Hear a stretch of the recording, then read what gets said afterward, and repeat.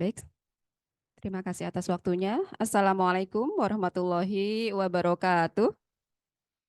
Ya, Bapak Ibu wajib pajak, bagaimana kabarnya hari ini? Semoga semuanya sehat dan bahagia selalu dan juga Bapak Ibu yang ada di ruang Zoom ya, kami harapkan semuanya sehat walafiat dan bahagia selalu dan bisa mengikuti acara sosialisasi ini dari awal hingga akhir ya. Baik Bapak Ibu sekalian, di sini saya ingin menyampaikan materi tentang PP 58 tahun 2023 yang memang sudah ditetapkan tahun 2023 lalu ya. Dan PMK turunannya itu baru terbit di Januari ini ya dengan PMK 168 tahun 2024. Nah, Bapak Ibu sekalian, di sini saya langsung saja ya, untuk PMK 168 tahun 2023 ini memang mengatur tentang petunjuk pelaksanaan pemotongan pajak atas PPh sehubungan dengan pekerjaan, jasa atau kegiatan orang pribadi. Nah, saya yakin yang diundang di sini adalah Bapak Ibu wajib pajak yang memang memiliki banyak karyawan. Dan mungkin untuk penghitungan pasal 21-nya, kalau dengan aturan yang lama, itu memang dia agak ribet ya, agak sedikit membutuhkan effort yang lebih. Nah, diharapkan dengan PMK 168 2024 ini ya, Bapak Ibu bisa lebih mudah menjalankan tugas untuk pemotongan PPh 21-nya. Kenapa? Karena nanti tarifnya sudah ada daftarnya. Namanya TER ya, tarif efektif rata-rata bulanan. Jadi, Bapak Ibu sekalian, next aja. Oke. Ya. Apa sih sebenarnya ya latar belakang dari PMK 168 ini? Ya, kalau di sini dilihat ya bahwa latar belakang adanya PMK 168 ini adalah yang pertama adanya kompleksitas ya, kompleksitas ya dalam pemotongan PPh pasal 21 ini. Karena memang tadi sudah saya sampaikan bahwa untuk penghitungan pasal 21 biasanya bendaharawan kantor itu lebih rigid ya menghitung PPh 21-nya. Apalagi kan nanti disetahunkan dulu baru nanti dibagi 12 gitu ya. Dan biasanya pegawai yang ada di perusahaan itu biasanya tidak paham gitu ya, tidak paham sebenarnya saya itu dipotong PPh-nya sebulannya berapa sih, hitungannya dari mana sih gitu kan. Dan kadang gitu ya untuk bagian HRD-nya sendiri ketika untuk memperlihatkan rumusnya ini loh Mbak tabelnya kayak gini gitu, tapi iya tapi per bulan seperti apa rumusnya sebagaimana gitu ya, itu bagian HRD biasanya agak kesulitan. Nah makanya di sini adalah untuk mempermudah ya dalam eh, skema penghitungan pasal 21 yang memang variasinya itu banyak sekali. Lalu yang kedua adalah dengan ditetapkannya PP 58 2023 ya yang mengatur tentang tarif pemotongan dan pengenaan PPh 21 atas penghasilan sehubungan dengan pekerjaan, jasa atau kegiatan wajib pajak yang berlaku mulai 1 Januari 2024. Jadi Bapak Ibu ya, untuk laporan SPT 21 itu sudah menggunakan e-Bupot 21 yang terbaru ya, menggunakan aplikasi di DJP online. Jadi tidak menggunakan ISPT 21 lagi, tapi nanti akan disampaikan bagaimana cara untuk penginputan ya PPh 21 melalui e-Bupot di DJP online. Itu latar belakangnya. Lalu dasar hukumnya ya di sini adalah substansi ya. Substansinya adalah yang pertama untuk memberikan simplifikasi ya, kesederhanaan dalam penghitungan PPh 21. Ya, kalau yang tadinya kita menghitungnya dengan rumus yang agak jelimet, kalau sekarang cukup dengan tabelnya saja. Ya, dilihat tabel. Jadi yang pertama yang kita perhatikan mungkin adalah status PTKP dari pegawai yang bersangkutan. Ya, status PTKP-nya. Yang kedua mungkin nanti akan diperhatikan adalah eh, berapa sih penghasilannya dia. Ya, itu akan lebih mempermudah. Nanti akan kita lihat bagaimana tabel TER-nya, TER A, B, C dan seterusnya. Terus yang berikutnya, yang pertama tadi simplifikasi, yang kedua adalah untuk cara penghitungan PPh setahun itu adalah tetap. Jadi Bapak Ibu tidak perlu khawatir ketika terbitnya PMK 168 2024 ini, itu jumlah pajak yang harus ditanggung oleh karyawan ya dalam hal ini dipotong oleh pemberi kerja itu sama dengan yang tarif sebelumnya, ya aturan sebelumnya. Jadi kalau disetahunkan itu semuanya sama, ya tidak ada selisih sama sekali. Jadi insya Allah tidak memberatkan dari pegawai yang bersangkutan dan bagian HRD. Itu yang kedua. Lalu yang ketiga adalah untuk penerapan kebijakan tarif efektif ya, ini tidak memberikan tambahan beban pajak baru ya. Tadi disampaikan bahwa untuk kewajiban PPh 21 tahun ini menggunakan tarif yang sama dengan ketentuan yang berlaku sebelumnya. Oke ya, itu latar belakangnya. Next mungkin Mbak. Ya, latar belakangnya sudah, lalu substansi sudah, ke atas lagi, ke bawah maksudnya. Oke, lagi, next. Nah, tujuannya nih ya. Tujuannya adalah yang pertama ini untuk memberikan kemudahan ya bagi pihak pemberi kerja ya dalam penghitungan PPh 21. Yang kedua adalah bagi pegawai ya, itu bisa melakukan apa? Check and balance. Jadi, dengan menggunakan tabel TER nanti ya, TER baru, maka akan mudah bagi pegawai yang dipotong pajaknya oleh pemberi kerja untuk melihat, oh saya dipotongnya sekian, setiap bulan sekian, nanti setahun sekian. Jadi akan lebih mempermudah pengecekan oleh pegawai yang bersangkutan. Lalu yang berikutnya adalah dalam hal pembangunan sistem administrasi perpajakan ini juga akan lebih mudah. Kenapa? Karena nanti pertengahan tahun ya, Direktorat Jenderal Pajak ini akan melakukan CITAS. Ya, jadi nanti pelaporan perpajakan yang Bapak Ibu lakukan itu sudah terintegrasi dalam satu aplikasi. Ya mungkin nanti bentuknya seperti DJP online seperti itu gitu ya. Kalau sekarang kan untuk faktur pajak misalnya yang PPN ya dan yang 21 PPh 21 mungkin selama 2023 itu kan masih menggunakan aplikasi tersendiri seperti PPN misalnya pakai e-faktur gitu ya. Terus yang 21 masih pakai ISPT. Nah, nanti diharapkan pertengahan tahun ya, itu semua sudah menggunakan CITAS. Terintegrasi dalam satu aplikasi yang bisa Bapak Ibu gunakan untuk pelaporan pajak. Itu dari sisi tujuannya. Lalu yang berikutnya sasaran. Ya, sasarannya di sini adalah untuk membentuk apa? Easy of doing business, ya, mendukung kemudahan berusaha bagi wajib pajak. Ya, jadi Bapak Ibu sekalian, ini akan memberikan kemudahan bagi para pemberi kerja untuk menghitung PPh 21 karyawannya. Itu yang pertama. Lalu yang kedua adalah memberikan legal certainty, ya, berkeadilan dan berkepastian hukum. Ya, ini juga perlu diperhatikan ya dalam pemotongan pajak ya. Lalu yang berikutnya adalah ini penguatan basis sektor perpajakan ya dan dapat meningkatkan penerimaan negara dari sektor perpajakan. Nah, ini jelas ya bahwa apa yang dilakukan pemerintah dengan mengeluarkan PMK 168 ini ya adalah untuk mempermudah ya penguatan basis dari sektor perpajakan. Lalu di sini untuk struktur ya, untuk struktur PMK 168 2024, di sini ada 9 bab. Ya, nanti kalau Bapak Ibu perhatikan di PMK 168-nya ada 9 bab. Yang bab pertama itu berisi tentang ketentuan umum, tentang istilah-istilah ya nanti di bab 1 bisa Bapak Ibu lihat di sana gitu ya. Nanti kalau sudah nanti kan kami share ya PMK-nya kepada Bapak Ibu sekalian. Lalu yang bab yang kedua adalah pemotong pajak dan penerima penghasilan. Ya, kategorinya apa saja, siapa saja. Lalu bab 3 ini berisi tentang penghasilan yang dipotong PPh 21 dan atau PPh 26 sehubungan dengan pekerjaan, jasa atau kegiatan. Lalu di bab keempat di sini adalah tentang DPP ya dan PPh pasal 21 sehubungan dengan pekerjaan. Lalu di bab kelima ini berisi tentang tarif pemotongannya. Di bab ke-6, di sini penghitungan PPh 21-nya.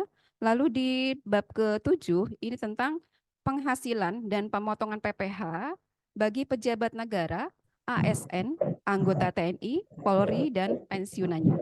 Itu di bab ke-7. Di bab ke-8, di sini ada saat terutang dan tata cara pemotongan pajak PPh pasal 21. Di bab ke-9 itu adalah ketentuan penutup. Nanti Bapak Ibu bisa pirsani di PMK 168-nya. Lalu yang berikutnya adalah tentang tarif. Untuk tarif PPh pasal 21 ya, di sini ketika kita berbicara tentang PMK 168 ini itu untuk pasal 17 ya itu tetap dilakukan di masa akhirnya, di masa Desember ya. Jadi di sini untuk tarif pasal 17 Undang-Undang PPh, di sini sebagaimana kita sudah tahu ya, bahwa tarif lapisan terendah itu adalah sampai dengan 60 juta, tarifnya 5%. Itu yang pasal 17. Lalu lapisan yang kedua, di atas 60 sampai dengan 250 juta, tarifnya adalah 15%. Sementara di atas 500 juta ya, 500 juta sampai 5 miliar, di sini tarifnya adalah 30% dan di atas 5 miliar adalah 35%.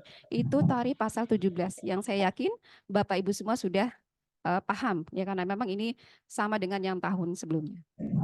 Lalu berikutnya yang kedua adalah TER. Nah, ini dia tarif efektif rata-rata bulanan. Nah, Bapak Ibu sekalian, di sini ada TER ya, TER A, B, C. Bapak Ibu tidak perlu bingung nanti bagaimana karena itu hanya bentuknya tabel. Ya, nanti tidak usah dihafal ya. Cukup nanti ketika misalkan ada pegawai di tempat Bapak Ibu sekalian, dilihat saja dia PTKP-nya. PTKP-nya lalu masuk TER kolom berapa ya, kolom yang mana A, B, C ya. Lalu dilihat penghasilannya. Nah, itu nanti ada di pojok kanannya itu adalah tarif ya yang bisa digunakan untuk menghitung pajak yang terhutang. Itu untuk tarif efektif bulanan ya menggunakan TER. Untuk yang TER A di sini PTKP-nya adalah yang 54 juta dan 58,5 juta. Yaitu untuk TER A. Yaitu untuk yang PTKP-nya adalah TK0 ya, TK1 dan K0. Ya. Lalu yang berikutnya adalah TER B. Nah, di sini juga PTKP-nya yang jumlahnya 63 juta dan 67,5 juta. Itu untuk PTKP-nya ya TK2, ya K1, TK3 dan K2. Sementara yang TER C ini hanya untuk satu saja, satu lapisan ya. Untuk PTKP-nya yang 72 juta, yaitu yang K3. Jadi nanti Bapak Ibu di slide berikutnya ya akan melihat daftar dari masing-masing ya kategori TER A, B, dan C. Lalu yang berikutnya adalah tarif efektif harian. Nah, ini diperuntukkan bagi pegawai yang dia memang mendapatkan penghasilannya itu harian, ya dihitungnya harian. Ya.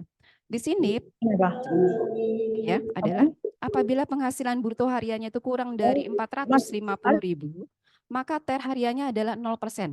Artinya tidak kena pajak. Gitu ya, apabila kurang dari atau sama dengan 450.000 sehari. Sementara kalau yang di atas 450.000 sampai 2,5 juta ya per hariannya, maka tarifnya adalah 0,5% dari penghasilan bruto harian. Ya, itu tarif dari yang hariannya.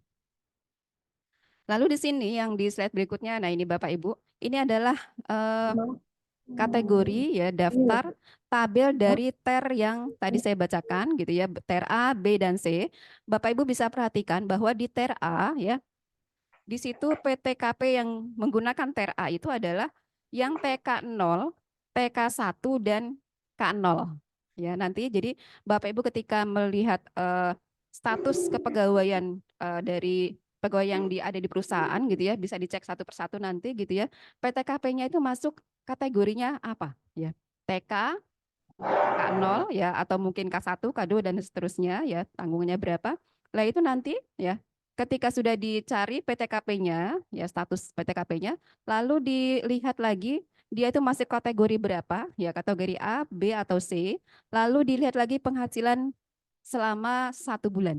Ya, di sini lapisan penghasilan brutonya ya sampai dengan 5.400.000 itu TER-nya adalah 0%. Artinya mereka yang penghasilannya itu ya di bawah 5.400.000 ya dalam 1 bulan itu tarifnya adalah 0% alias tidak dikenakan pajak. Nah, untuk daftar seterusnya tidak perlu Bapak Ibu hafal ya. Di sini nanti tinggal dilihat saja tabelnya karena tabelnya itu tetap ya tidak berubah. Lalu selanjutnya untuk yang TER B juga sama ya. Hanya di sini PTKP-nya yang menggunakan TER B adalah yang TK2, K1, TK3 dan K2. Ya. Di sini penghasilannya untuk yang TER B ini adalah yang sampai 6.200.000 ya. Di situ TER B-nya tarifnya adalah 0% alias tidak dikenakan pajak ketika penghasilannya sampai dengan 6.200.000 untuk yang TER B. Sementara yang berikutnya yang TER C itu adalah mereka yang PTKP-nya adalah K3, ya 72 juta. Di situ TER-nya ya itu menggunakan 0% apabila penghasilannya sampai dengan 6.600.000. Ya, untuk yang TER B. Next, Mbak. Ya.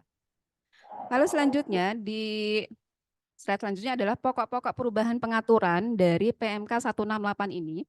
Ya.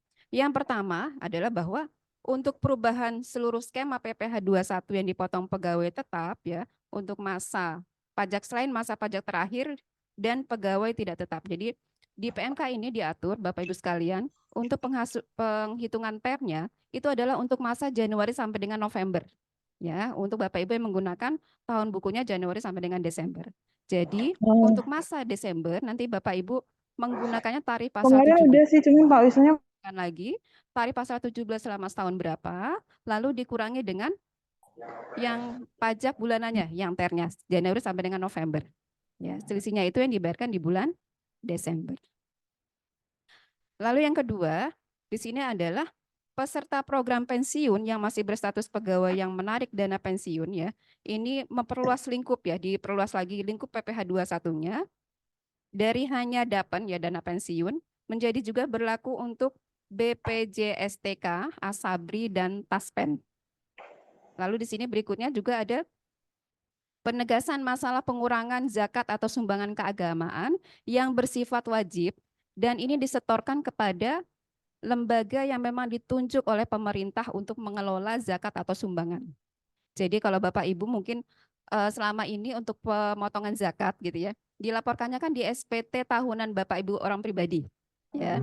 Tetapi kalau sekarang ya untuk pengurang zakat ya, itu di skema pasal 21-nya bulanan itu bisa dilihat nanti.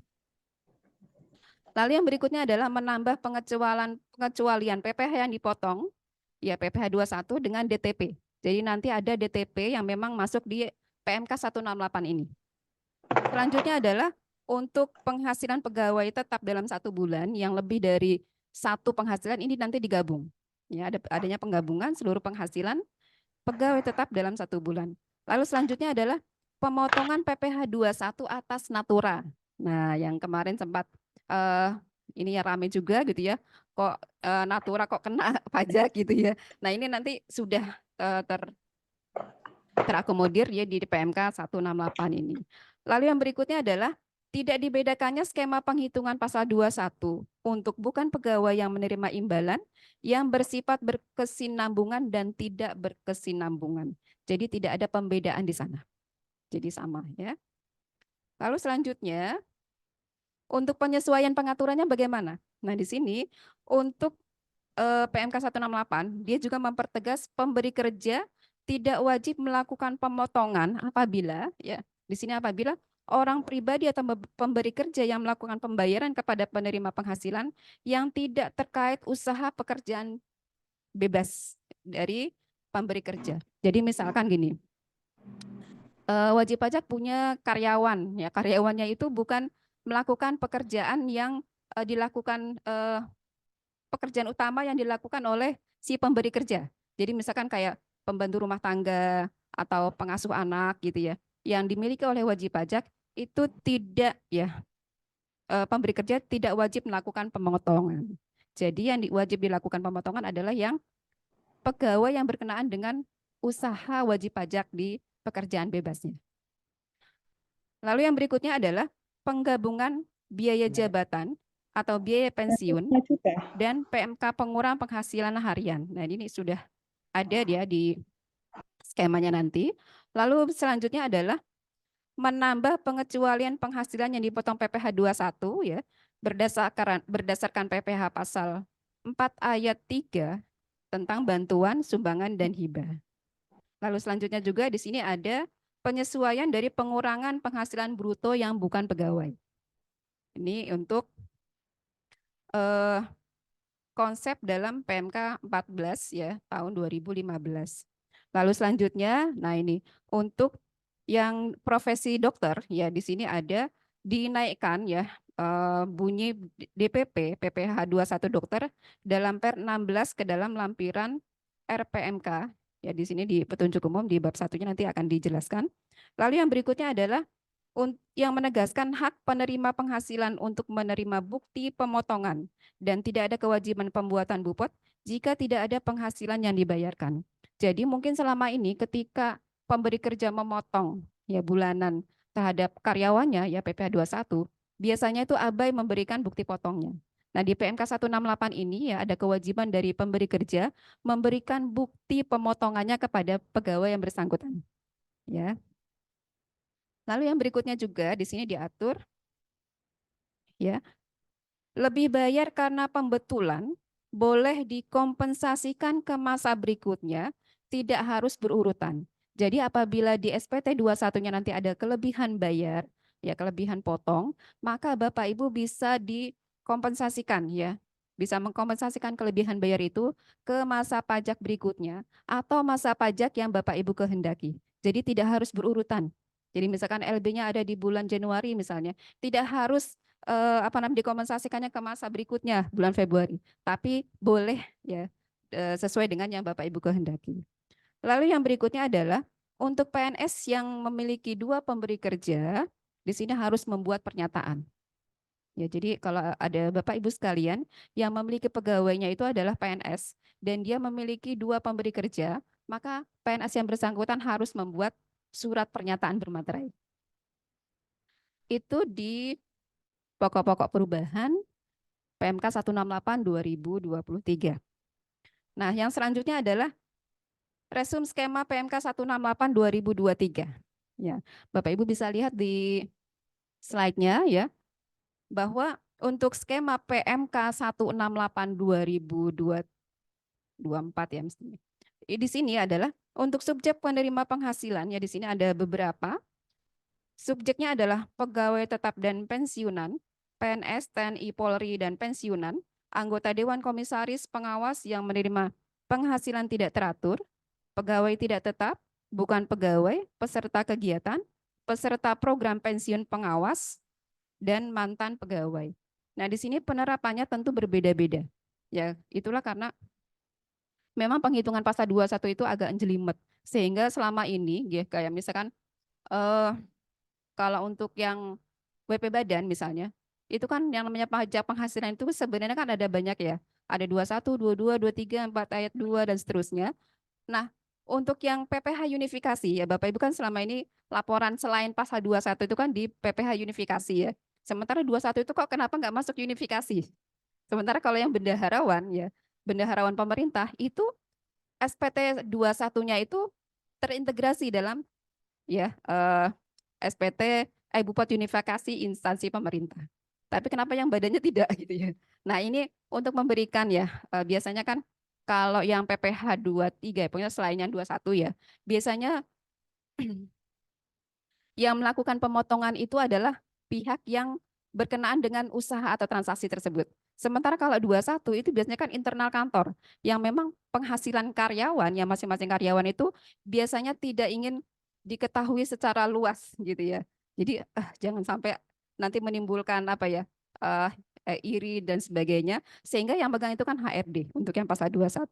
Nah, makanya pelaporannya pun gitu ya, itu tidak digabungkan dengan SPT unifikasinya. Nah, di sini untuk penerapannya, bagi pegawai tetap dan pensiunan, ini diterapkannya setiap masa kecuali masa pajak terakhir.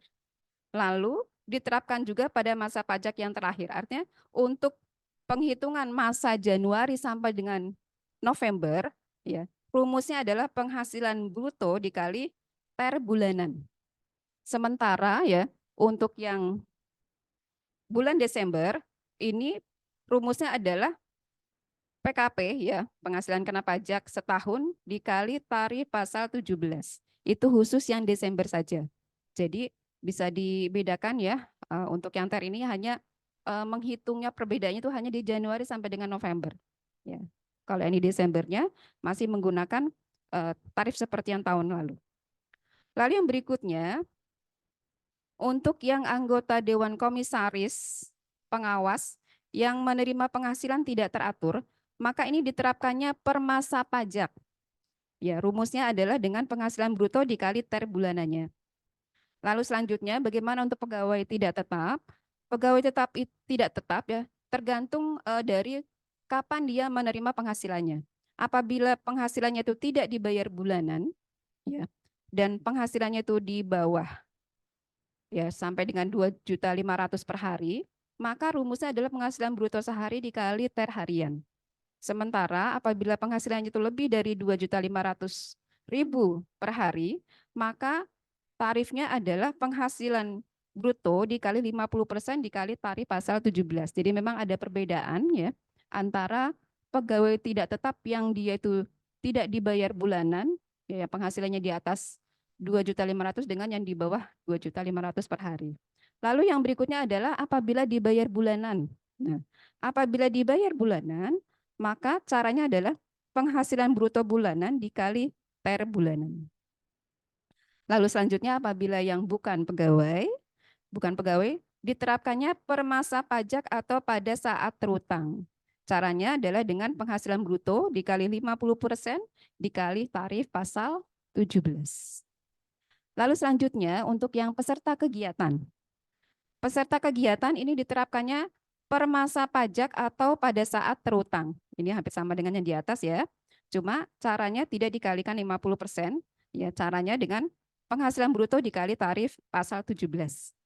Lalu selanjutnya untuk peserta program pensiun dan mantan pegawai, di situ diterapkannya per masa pajak dengan cara menghitungnya penghasilan bruto dikali tarif pasal 17. Nah, ini Bapak Ibu juga tidak perlu menghafal, ya nanti tinggal dilihat saja apakah pegawai yang bersangkutan itu masuk kategori dari skemanya yang mana, subjek pajaknya yang mana, diterapkannya kapan, ya. Caranya rumusnya seperti apa. Lalu selanjutnya di sini adalah subjek pemotong, subjek menerima penghasilan, dasar pengenaan pajak dan tarif. Ini sebenarnya resume dari skema yang ada di atas ya, nanti bisa Bapak Ibu baca di situ ya. Ini hanya perjelas saja dari apa yang tadi saya sampaikan. Lalu yang berikutnya adalah, nah ini, skema perubahan PPh 21 pegawai tetap. Nah Bapak Ibu sekalian di sini, Bapak Ibu bisa lihat ya bahwa untuk skema perubahannya, di situ ada aturan yang sebelumnya dan aturan sesuai PMK. Lah kalau untuk aturan sebelumnya bagi pegawai tetap, ini waktunya adalah setiap masa kecuali masa pajak terakhir, dihitung dari penghasilan bruto sebulan, dikurangi biaya jabatan atau biaya pensiun, dikurangi iuran pensiun, lalu disetahunkan, lalu dikurangi PTKP ya dikali tarif pasal 17 dibagi 12. Itu kalau menurut saya terlalu panjang rumusnya gitu ya. Sehingga nanti kita lihat di skema PMK 168. Lalu selanjutnya untuk masa pajak terakhirnya, PPh 21 setahun adalah penghasilan bruto setahun dikurangi biaya jabatan atau biaya pensiun, dikurangi iuran pensiun, dikurangi PTKP dikali tarif pasal 17. Sementara untuk penghasilan ya PPh pasal 21 masa pajak terakhir dihitung dengan cara PPh pasal 21 setahun dikurangi dengan PPh 21 yang sudah dipotong selain masa pajak terakhir. Jadi memang skemanya agak lebih sulit ya dari sisi rumusnya. Sementara untuk di PMK 168 ya tahun 2023 ini, tarif untuk pegawai tetap itu setiap masa kecuali masa pajak terakhir. Artinya dari Januari sampai dengan November ya. Ini dengan cara penghasilan bruto sebulan dikali TER bulanan. Ya, itu mudah sekali. Jadi tadi ya kita lihat dulu dia status PTKP-nya itu apa, lalu masuk kategori TER A, B atau C. Lalu untuk yang masa terakhirnya, masa pajak di Desember, ini adalah PPh 21 ya. Penghasilan bruto setahun dikurangi biaya jabatan atau biaya pensiun, dikurangi iuran pensiun, dikurangi zakat, lalu dikurangi PTKP dikali tarif pasal 17. Lalu PPh 21 masa Desembernya adalah PPh 21 setahun dikurangi PPh 21 yang sudah dipotong pada masa Januari sampai dengan November. Itu untuk yang pegawai tetap. Lalu selanjutnya, bagaimana untuk pegawai yang tidak tetap? Untuk pegawai yang tidak tetap ya di sini penghasilan brutonya apabila kurang dari 450.000 sehari, maka tidak kena pajak. Ya, tarifnya adalah 0% kalau tadi di ini ya. Ini yang pasal di aturan sebelumnya. Lalu berikutnya apabila di atas 450.000 per hari sampai dengan 4.500.000 ya per bulan, maka tarifnya adalah 5%. Di sini dikali 5% dikali penghasilan bruto dikurangi 450.000. Apabila penghasilannya lebih dari 4.500.000 per bulan sampai dengan 10.200.000 per bulan, tarifnya adalah 5% dikali penghasilan bruto dikurangi PTKP sehari. Lalu selanjutnya di sini untuk yang penghasilannya di atas 10.200.000 per bulan, tarifnya adalah pasal 17 dikali penghasilan bruto disetahunkan dikurangi PTKP. Dan untuk yang dibayar bulanan, tarifnya pasal 17 dikali penghasilan bruto dikurangi PTKP. Nah, untuk yang PMK 168 bagi pegawai yang tidak tetap, di sini ya, untuk yang penghasilan sampai dengan 450.000 per hari, tarifnya adalah 0% ya, hampir sama dengan yang di atas. Kalau yang di atas tidak dipotong, kalau yang di bawah 0% ya sebenarnya sama saja ya, hanya perbedaan istilah saja. Lalu yang berikutnya adalah apabila penghasilannya itu di atas 450.000 per hari sampai 2,5 juta per hari, maka tarifnya adalah 0,5% dari penghasilan bruto harian. Sementara kalau di atas atau sama dengan 2.500.000 sehari, maka tarifnya adalah pasal 17 dikali 50% dikali penghasilan bruto. Nah, apabila dibayar bulanan menggunakan tarif efektif bulanan dikali penghasilan bruto. Itu dari skema perubahan di PPh 21 untuk pegawai tidak tetap. Lalu selanjutnya adalah apabila pegawai, ya tarif bukan pegawai dengan ketentuan sebelumnya, ini tidak berkesinambungan, tarifnya adalah pasal 17 dikali penghasilan bruto dikali 50%. Apabila berkesinambungan, ya karena memang ada perbedaan ya di aturan sebelumnya antara pegawai yang menerima penghasilan berkesinambungan dengan yang tidak berkesinambungan, itu ada perbedaan. Sementara untuk yang di PMK terbaru ini, itu tidak ada perbedaan, tarif pasal 17 dikali penghasilan bruto dikali 50%. Jadi lebih simpel ya dalam penghitungan pasal 21.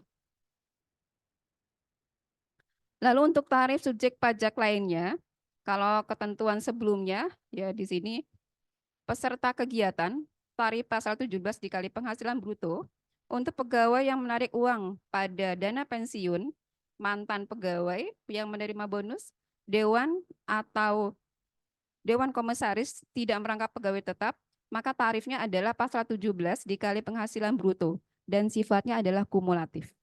Sementara di aturan yang terbaru ini tidak bersifat kumulatif ya. Bagi peserta kegiatan tarifnya adalah pasal 17 dikali penghasilan bruto untuk pegawai yang menarik uang terkait pensiun, mantan pegawai yang menerima bonus, tarifnya sama ya pasal 17 dikali penghasilan bruto, dan dewan pengawas atau dewan komisaris yang menerima penghasilan yang tidak tetap teratur menggunakan tarif per bulanan dikali penghasilan bruto. Ya Bapak Ibu sekalian, selanjutnya adalah, nah ini dia.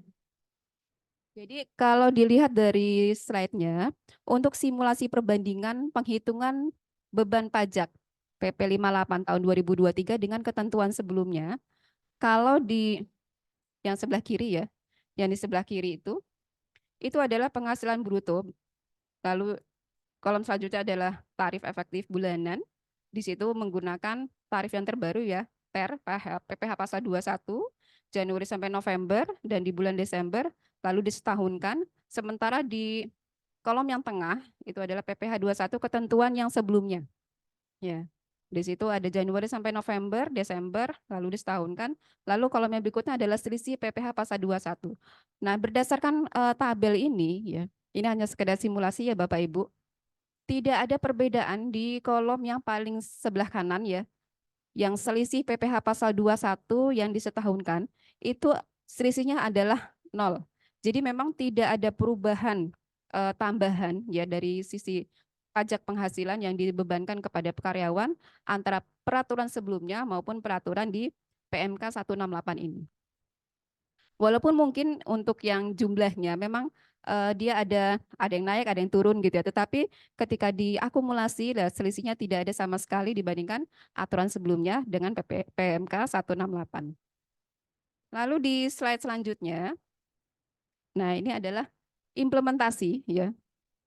Implementasi tarif TER untuk 10 UMR provinsi tertinggi 2024. Ini hanya sekadar ilustrasi saja ya. Jadi implementasinya seperti apa? Kalau kita lihat di data, memang untuk provinsi tertinggi di 2024 untuk UMR-nya adalah yang paling tinggi adalah DKI Jakarta, disusul Papua, Papua Selatan, Papua Pegunungan, ya Papua ini mendominasi ya Bapak Ibu ya. Lalu Papua Barat Daya, Papua Tengah, Kepulauan Bangka Belitung, Sulawesi Utara, Aceh, Sumatera Selatan. Itu adalah UMR ya yang memang kategorinya tertinggi gitu ya dari sisi urutan UMR-nya. 10 UMR yang tertinggi di tahun 2024. Kalau kita ambil yang DKI Jakarta saja, di situ UMR tertingginya adalah 5.067.381. Kalau kita masukkan ke TER A, ya, yang tarif terendahnya, itu adalah sampai dengan 5.400.000. Jadi memang untuk UMR tertinggi saja, itu tidak dikenakan skema ini. Jadi tidak masuk di apa pajak yang dikenakan, ya karena tarifnya adalah 0% ya di TER A.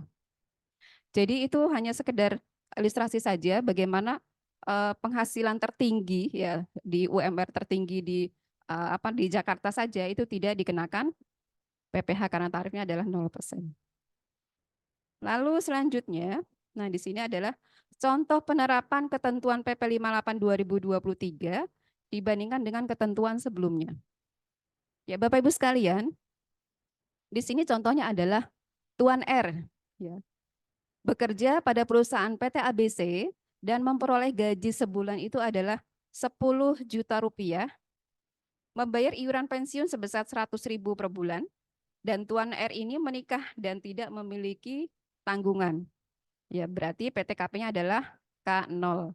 Nah, di sini untuk penghitungan bulanan dengan ketentuan sebelumnya di bagian kiri bawah ya, Bapak Ibu bisa perhatikan bahwa untuk yang warna hijau ya, di situ pajaknya adalah 5% dikalikan PKP-nya. Ya, dikalikan 54.300.000, jumlah PPh-nya adalah 2.715.000. Sementara untuk yang penghitungan bulanannya adalah kalau di skema sebelumnya, aturan sebelumnya adalah PPh setahun gitu ya dibagi 12. Sehingga per bulannya pegawai tersebut dikenakan PPh 21 sebesar Rp226.250. Nah, sementara untuk yang penghitungan bulanan dengan tarif efektif rata-rata di sini lebih mudah ya. Dari Januari sampai dengan November ini tarifnya adalah 2%. Kenapa? Kalau di di kategori ternya itu masuk yang 2% ya. Di sini menghitungnya cukup ya 2% dikali penghasilan bruto sebulan. Nah, di sini didapat angka 200.000 per bulan. Itu untuk Januari sampai dengan November. Sementara untuk yang Desember, di sini jumlah pajak yang setahunnya dikurangi pajak yang dibayarkan selama Januari sampai dengan November. Sehingga pajak yang dibayar di bulan Desember adalah Rp515.000. Nah, di sini di tabel yang bawahnya gitu ya, di situ dilihat bisa diperhatikan bahwa atas pegawai ya Tuan R tersebut dengan penghasilan per bulannya 10 juta, PPh setahunnya adalah 2.715, maka PPh bulanan di sini adalah dari aturan yang sebelumnya Rp226.250 per bulan ya dari Januari sampai dengan Desember. Sementara dengan menggunakan tarif efektif Januari sampai dengan November tarifnya sama ya, jumlah pajaknya Rp200.000 dan di bulan Desember adalah selisihnya yaitu Rp515.000. Nah, di sini tentu akan lebih mudah gitu ya menggunakan tarif efektif rata-rata dan beban pajak untuk setahun itu tidak berbeda antara peraturan yang sebelumnya dengan peraturan di PMK 168. Baik Bapak Ibu sekalian, ya ini di next aja. Next. Nah, ya Bapak Ibu sekalian, demikian barangkali paparan dari PMK 168 2023 yang bisa saya sampaikan. Selanjutnya nanti akan disampaikan barangkali dari kantor pusat ya berkenaan dengan eBupot 21 ya yang bisa diakses melalui DJP online. Terima kasih, kurang lebihnya saya mohon maaf. Assalamualaikum warahmatullahi wabarakatuh. Waalaikumsalam warahmatullahi wabarakatuh. Baik, terima kasih Bu Siti Kamiati atas paparannya.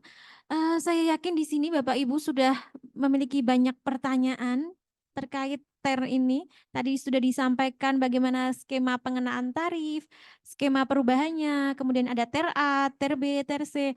Nah, untuk pertanyaannya mungkin bisa dicatat dulu, nanti disampaikan setelah paparan untuk aplikasi eBupot PPH 21 ya. Untuk selanjutnya adalah paparan eBupot 21 yang akan disampaikan oleh tim dari Direktorat Informasi dan Komunikasi. Kepada tim dari Direktorat Informasi dan Komunikasi, kami silahkan. Terima kasih kepada moderator yang saya hormati Bapak Ibu sekalian dari KPP Pratama Semarang Barat. Ada perwakilan dari wajib pajak juga. Mohon izin Bapak Ibu sekalian, ikan cepat ikan gabus semakin cepat semakin bagus. Jadi karena waktunya sudah mepet ya, jam 11 kita harus selesai. Jadi mungkin saya izin langsung saja. Tapi sebelumnya saya izin berkenalan terlebih dahulu. Saya Ardito dari tim developer DJP Online, khususnya modul eBupot PPH Pasal 21. Di sini saya tidak sendiri, saya ditemani sama tim saya, ada Mas Andri sebagai front-end programmer, ada Mas Fajar sebagai back-end programmer, dan Mas Enggar sebagai middleware programmer. Seperti itu. Baik, Bapak Ibu sekalian, mungkin langsung sekilas ke PPT-nya terlebih dahulu, Mas Andri. Jadi ada pointer nggak? Oke deh, bentar. Baik, Bapak Ibu sekalian mungkin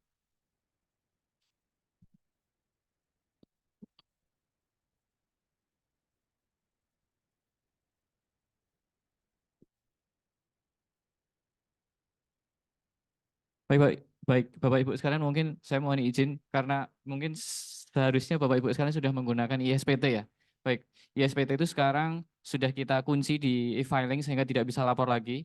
Lapornya bisanya hanya untuk masa sebelum Januari 2024 gitu ya. Bisanya lapor di masa Desember, November, Oktober, dan seterusnya.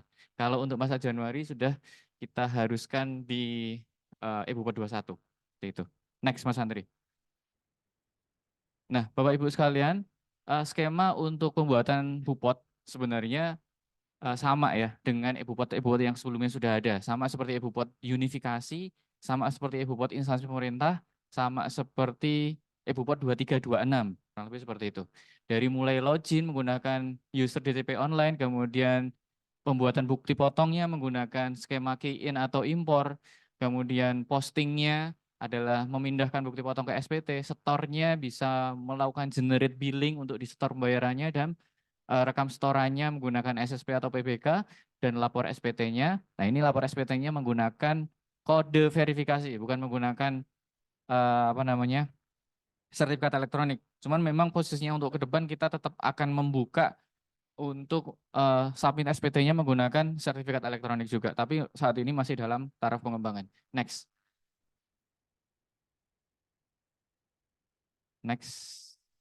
Ya, ini adalah beberapa yang baru di SPT Masa 21 di eBupot sesuai dengan Per 2 tahun 2024. Ada bukti potong bulanan. Jadi Bapak Ibu sekalian agak beda nih sama yang ISPT. Kalau ISPT itu bukti potong bulanan dia tidak ada cetakannya, dan yang di bawah PTKP itu bisa digunggung. Kalau sekarang enggak, di bawah PTKP harus tetap dibuatkan bukti potong meskipun penghasilannya di bawah PTKP, misalnya penghasilannya 1 juta atau 2 juta atau 3 juta, tapi PPh-nya 0, itu tetap harus dibuatkan bukti potongnya, tapi PPh-nya 0, nah lebih seperti itu. Kemudian form induknya ada penambahan data baru, dari awal, Pak. form lampirannya ada penambahan kolom juga, Nah, ini penomoran bupotnya diatur, kemudian ada juga Slide-nya yang di ini fasilitas bukti belum muncul. potongnya bisa menggunakan SKB atau DTP. Dan yang terakhir adalah user perekam. User perekam ini agak unik Bapak Ibu sekalian. User perekam ini memang tidak diatur di regulasi, tetapi kemarin ada isu confidentiality data. Jadi kami mendengar beberapa wajib pajak itu user DJP online-nya yang pegang adalah divisi accounting atau divisi tax. Sedangkan yang pegang gaji ini adalah dari divisi HRD. Nah, ini bisa jadi saling ngintip gitu kan. Nanti kita bikin user perekam yang pada intinya tidak bisa saling melihat bukti potong yang sudah dibuat gitu ya. Next.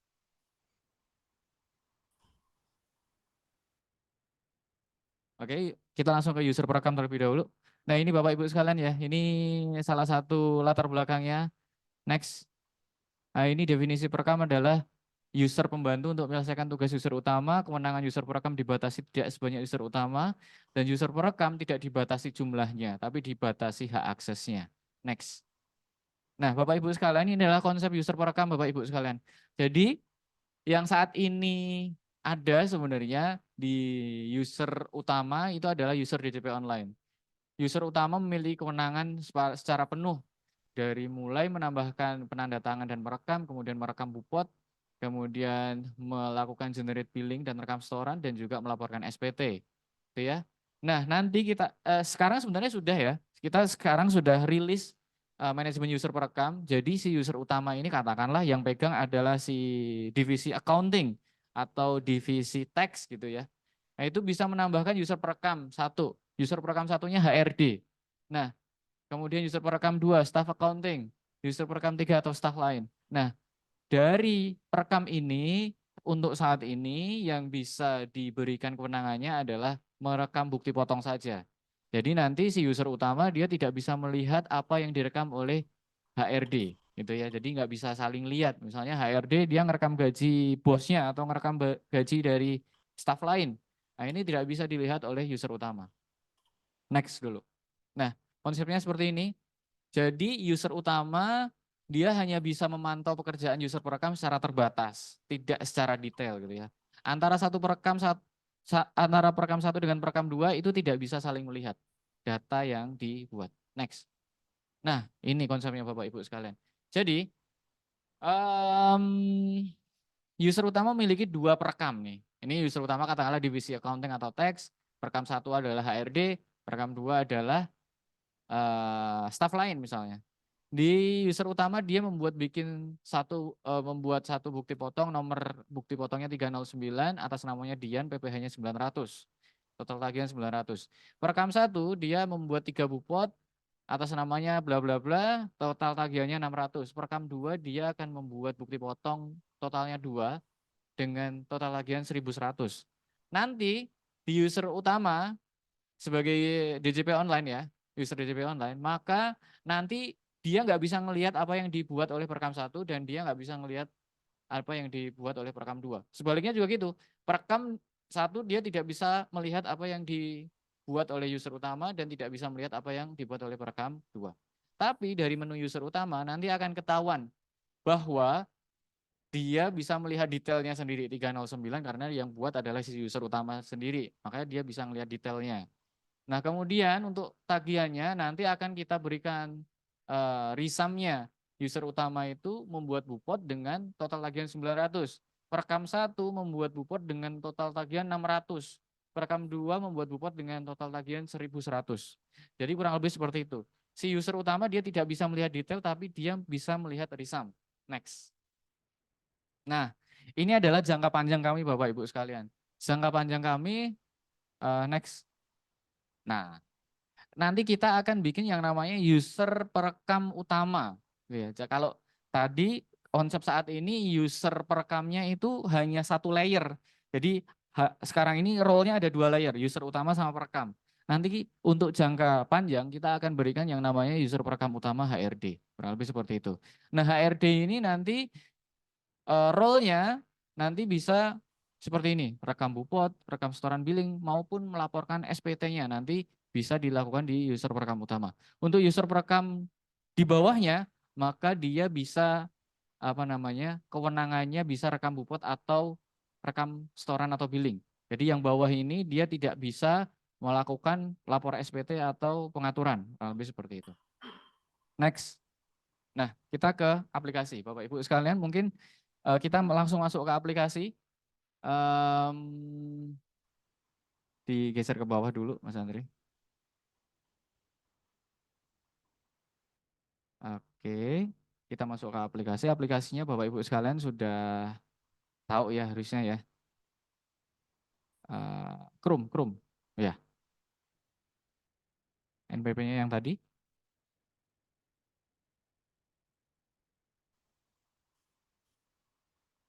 Yang Semarang Barat. 503. Fine aja, Pak. 503. Semarang Barat aja, Semarang Barat. Nah, itu boleh. Terserah deh, bebas. Nomornya bawah, kode KPP-nya 503. Ya. Nah, itu. Kita masuk ke aplikasi Bapak Ibu sekalian.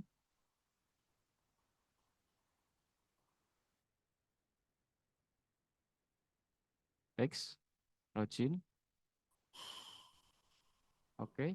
Bapak Ibu sekalian, nanti kita akan coba membuat bukti potong, kemudian membuat perekam, dan kita nanti akses ke perekamnya juga. Bisa, Mas Andri?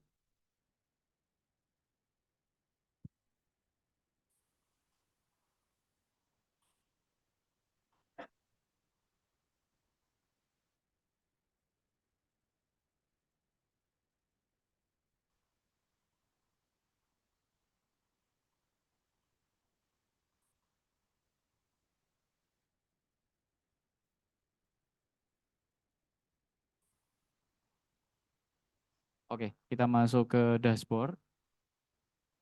Ini namanya WP-nya atas nama WP Badan KP Pratama Semarang Barat.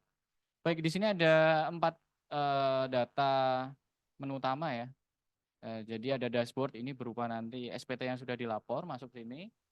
Kemudian ada bukti potong, ini yang sudah dibuat bukti potongnya. Kita masuk ke bukti potong dulu.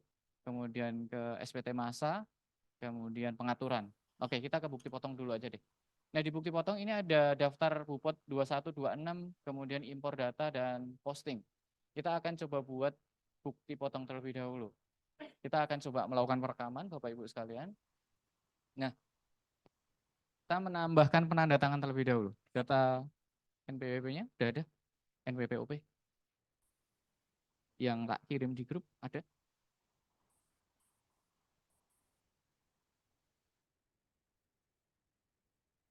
Ya, oke. Atau pakai NPWP dulu deh, pengaturan. Oke, ini Bapak Ibu sekalian kita menambahkan penanda tangan terlebih dahulu ya, langkah pertama kali. Karena kalau tanda tangan tidak ditambahkan nanti bukti potongnya tidak bisa di-generate, karena syarat utama men-generate bukti potong itu adalah menambahkan ada data penanda tangannya. Dan di sini yang ditambah penanda tangannya statusnya harus orang pribadi ya, bisa menggunakan NPWP atau NIK. Oke, statusnya dibikin aktif. Masukkan kode keamanan. Kirim. Oke. Sudah ditambahkan penanda tangan, di sini status penanda tangannya aktif Bapak Ibu sekalian. Selanjutnya kita akan merekam bukti potong. Bukti potong bisa direkam dengan 2 cara ya. Yang pertama key in, yang kedua adalah impor data. Lebih seperti itu. Nah, kita key in dulu, rekam.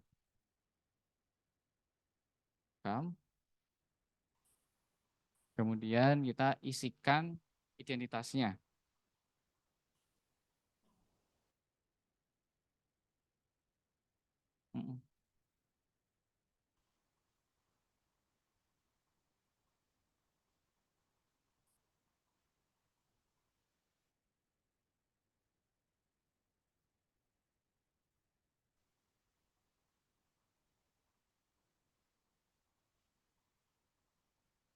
mohon maaf Bapak Ibu sekalian, koneksinya tidak terlalu bagus ya. Jadi sekilas Bapak Ibu sekalian di sini ketika melakukan perekaman bukti potong, maka identitasnya bisa menggunakan NPWP atau NIK. Dan perlu untuk diketahui bahwasanya di sini baik menggunakan NPWP atau NIK itu sudah kita lepas tarif lebih tingginya gitu ya.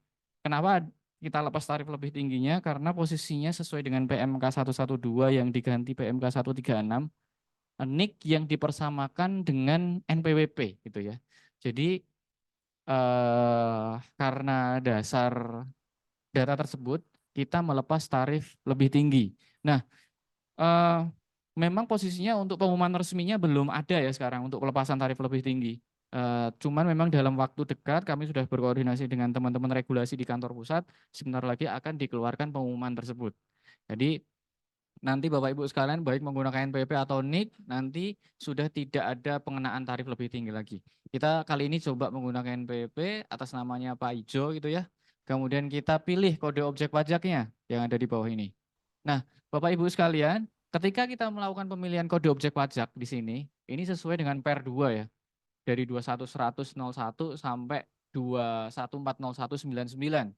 Nah, secara sistem nanti sistem akan mengunci apakah kode objek pajak tersebut menggunakan TER, apakah menggunakan tarif pasal 17 ataukah menggunakan tarif lain gitu ya. Kita coba yang 21.100.01 yang paling sering dipakai gitu ya. Pilih. Nah, kemudian kita coba memasukkan, nah ini di atas ada fasilitas PPh pasal 21 Bapak Ibu sekalian ya. Jadi kalau misalnya Bapak Ibu sekalian memiliki fasilitas nanti bisa dimasukkan misalnya nomor SKB-nya bisa dimasukkan di sini. Oke. Oke, kita disable dulu. Nah, jumlah penghasilan katakanlah di sini bisa diisi dengan nilai 10 juta misalnya. Kemudian PTKP-nya adalah ya 63 atau yang paling atas 54. Nanti klik hitung, sistem secara otomatis akan menghitungkan gitu ya. Dia akan masuk ke tarif TER layer berapa gitu ya. Dan mungkin di sini Bapak Ibu sekalian bisa dilihat ya, ada pilihan gross atau gross up. Nah, kalau gross ini anggapannya adalah PPh-nya ditanggung oleh si penerima penghasilan atau si karyawan. Tapi kalau dia gross up, maka penghasilannya penghasilan. PPh-nya ditanggung oleh si pemberi kerja. Nah, lebih seperti itu. Nah, sekarang kalau kita menggunakan gross, maka PPh-nya kena 200.000 gitu ya. Dan ini nanti akan dipotongkan dari si penerima penghasilan sehingga si penerima penghasilan si Pak Ijo tadi mendapatkan 9.800.000 yang 200-nya disetor ke kas negara. Nah, coba kita pilih yang gross up, Mas Andre. Sekarang kita klik hitung lagi.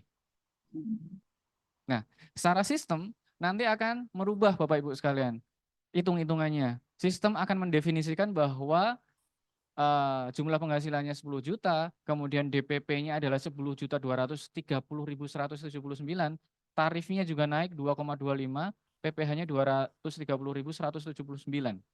230.179 ini adalah PPh yang ditanggung oleh si perusahaan atau si pemberi kerja yang nantinya dibayarkan ke kas negara. Dan si penerima penghasilan, si Pak Ijo, dia murni bersih mendapatkan 10 juta. Nah, kurang lebih seperti itu ya.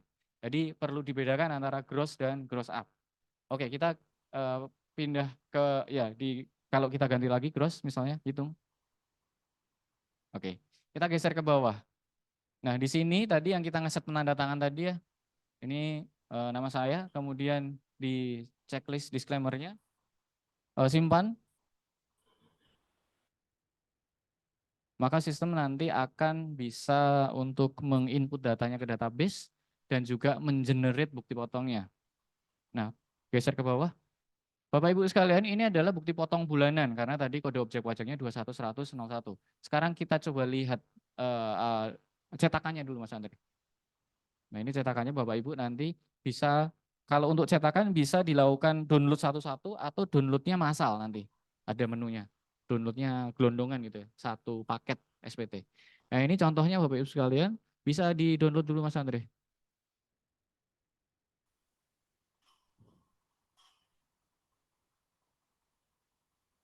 Dilihat hasil downloadnya. Nah, ini Bapak Ibu sekalian, ini adalah cetakan untuk bupotnya ya. Geser ke bawah. Ya, sesuai dengan apa yang kita inputkan tadi. Oke. Back to ke aplikasi lagi. Kita akan coba rekam satu bukti potong lagi, key in, gitu ya, dengan menggunakan NIK yang daftar Bupot 21. Nanti pakai NIK-nya WAUD. Pakai NIK. Kalau kita menggunakan NIK, maka data yang diinput tidak hanya NIK saja Bapak Ibu sekalian, tetapi yang diinput adalah NIK, nama, dan alamat.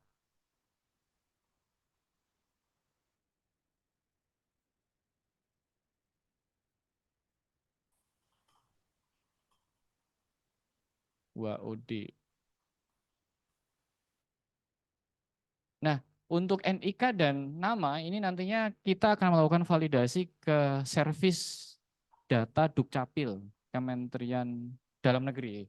Kemudian alamatnya ini tidak kita validasi. Oke, data ditemukan, geser ke bawah, kita pakai yang 05 aja. 05. 05 ini menggunakan data penghitungan pasal 17. Nah, ketika sistem mengidentifikasi bahwa kode objek pajak tersebut menggunakan tarif pasal 17, maka tidak perlu diinputkan PTKP-nya, gitu ya. Totalnya 10 juta, hitung. Sistem secara otomatis menghitungkan PPh-nya adalah 250.000. Geser ke bawah, kita set tanda tangannya, simpan lagi, dan sistem akan mengenerate bukti potong. Kurang lebih seperti itu. Kemudian impor data bukti potong, kita akan coba mengimpor data bukti potong. Datanya cukup satu aja ya, tapi kurang lebih nanti skemanya biar tahu terlebih dahulu. Oke, ke impor bukti potong. Bapak Ibu sekalian, untuk impor bukti potong ini konsepnya sama seperti yang eBupot sebelumnya. Jadi kita akan download dulu Excel-nya, file Excel-nya. Di sini di petunjuk pengisian ada di sini ya. Kemudian diisi nanti datanya. Nah ini tahun pajak sama masanya diganti dulu. Tahun pajaknya 2024, masanya 2. Masanya 2. Kita akan coba, Bapak Ibu sekalian, kita nanti akan coba isinya satu bukti potong PPh pasal 21 saja. Karena untuk memaksimalkan waktu, dan ini harus yang di kolom rekap ini harus diisi ya. Karena misalnya Bapak Ibu sekalian di sheet 21 ini mengisi 10 data, tetapi yang direkap di sini yang diisi hanya 1, maka yang terbaca oleh sistem nanti hanya 1. Karena di file rekap ini yang akan kita baca, sistem nanti akan melakukan looping data di sheet 21 atau sheet 26. Oke, di sheet 21 kita akan isi NPWP-nya diganti si Surodiro itu, Mas Andri. Surodiro Jayadiningrat. Tuh. NPWP-nya kalau sudah ngisi NPWP tidak perlu ngisi NIK, kemudian kode objek pajaknya 21101 boleh. Nanti penghasilan brutonya kita kasih 5 juta saja.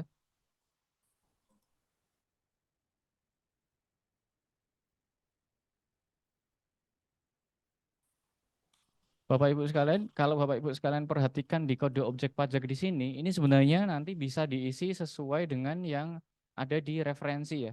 Jadi bisa 21 100 01, 02 03 dan seterusnya sampai 21 401 99 gitu ya.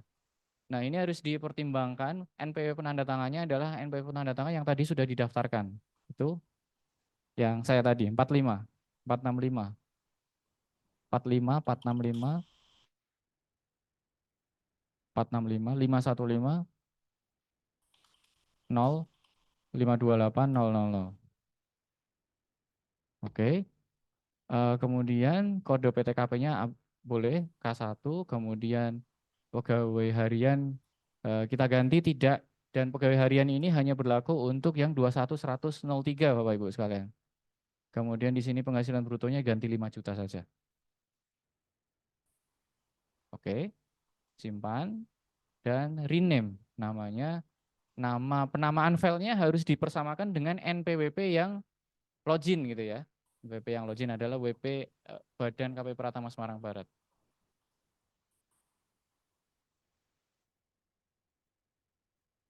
Rename dulu.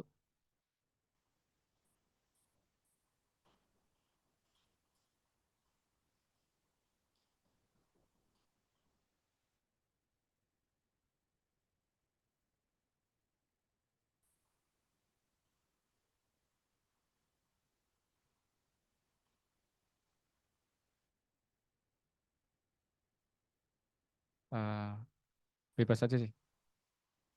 Udah. Oke, sekarang kita masuk ke aplikasi lagi Bapak Ibu. Sekarang kita akan coba upload ya. Ini dipilih dulu. Kemudian masa pajaknya Februari. Kemudian dipilih filenya tadi yang sudah diisi. Dengan format penamaan filenya harus NPWP ada di depan. Kemudian geser ke bawah, unggah. Oke. Geser ke bawah. Nah, oke. Bapak Ibu sekalian di sini prosesnya masih belum diproses. Selanjutnya kita akan coba cek diperbarui ya. Sedang diproses. Refresh lagi. Baik, gagal validasi terdapat bukti potong. Kita harus cek dulu salahnya ada di mana. Lihat. Tanggal pemotongan tidak valid. Harus disesuaikan dengan masanya ternyata. Tadi tanggal pemotongannya adalah Januari.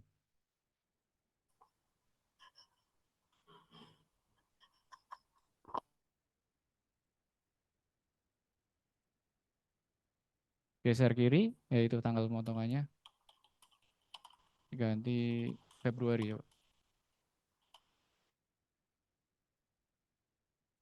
Simpan. Terus ulangi upload lagi.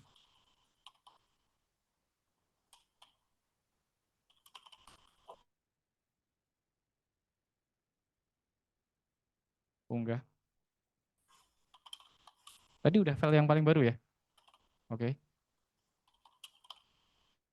Refresh.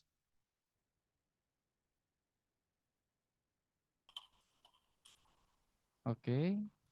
Belum. Refresh lagi. Bapak Ibu sekalian, nanti kalau Bapak Ibu sekalian mencoba untuk menu impor ini, memang posisinya prosesnya dilakukan secara asinkronus. Proses asinkronus itu maksudnya adalah tidak real time ya, tetapi menunggu antrian. Jadi posisinya kalau misalnya ada banyak WP yang melakukan impor data yang sama, maka kita akan proses satu-satu dulu, antri, masuknya satu gitu. Tapi sebenarnya bukan satu-satu. Kami secara back end proses kita sediakan 4 service yang jalan. Jadi nanti memprosesnya harusnya nggak satu-satu, langsung 4 gitu ya. Nah ini posisinya Bapak Ibu sekalian sudah sukses validasi, kita ke daftar Bupot. Daftar Bupot. Mohon maaf agak koneksinya ya, karena posisinya ini kami melakukan akses ke server kantor pusat. Jadi nanti harusnya dia yang tadi barusan kita rekam nanti akan muncul di daftar Bupot PPh pasal 21. Nah ini. Dengan bukti potong PPh-nya 0 harusnya ya, karena dia brutonya 5 juta. Nah ini 5 juta yang barusan kita rekam tadi menggunakan impor, namanya Suradira Jaya Diningrat, jumlah PPh-nya 0. Ini adalah perekamnya. Oke, selanjutnya kita akan melakukan posting. Kita skip yang untuk 26 dulu Bapak Ibu sekalian ya, nanti kalau ada yang pertanyaan saja. Kita posting. Posting ini Bapak Ibu sekalian memindahkan bukti potong yang kita rekam tadi, pindah ke SPT. Kita pilih yang Februari, ya posting. Oke. Selanjutnya kalau postingnya sudah selesai, maka kita akan melakukan cek data di SPT-nya. Ya, mohon sabar menunggu. Oke, berhasil posting. Kita ke menu SPT masa. Oke, SPT masa. Di sini ada 2 ya, perekaman bukti setoran dan penyiapan SPT. Kita ke perekaman bukti setoran terlebih dahulu. Pilihnya adalah 2024, masa Februari, kita cek. Oke, sistem akan melihat daftar bukti store-nya masih 0 karena kita belum merekam sama sekali. Kemudian kita lihat tagihan perekam. Nah ini ada fitur tagihan perekam. Jadi kalau Bapak Ibu sekalian, nanti kita akan coba ya. Kalau misalnya Bapak Ibu sekalian menambahkan user perekam, jadi nanti Bapak Ibu sekalian sebagai user utama nanti akan bisa melakukan monitoring di sini ya. Jadi perekam saya itu dia udah bikin bupot apa aja dan tagihannya berapa. Nah di sini ya tagihannya. Oke, sekarang kita ke sini dulu Mas Andri, ringkasan pembayaran. Nah, Bapak Ibu sekalian tadi kita sudah membuat bukti potong dengan total tagihan 450.000 gitu ya. 450.000. Di sini di kolom aksi di sini ada fitur pencetakan billing. Jadi kita tidak perlu akses ke e-billing lagi ke SSE 2, bisa langsung pembuatan billing di sini ya. Bisa langsung pembuatan billing di sini, kemudian di store dapat NTPN, NTPN nanti direkam di sini baru nanti bisa lapor SPT. Lebih seperti itu.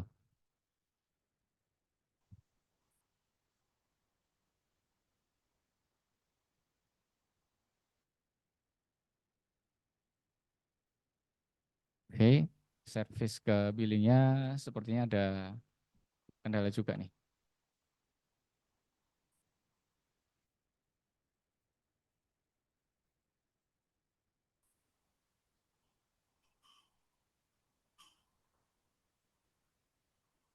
Oke,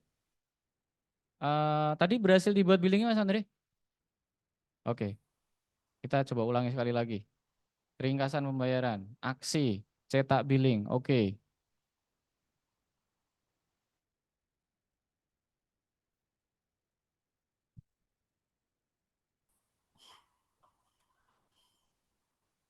Udah kok, kemarin udah tak cek semalam. Udah dibuka belum kan? Harusnya udah kan?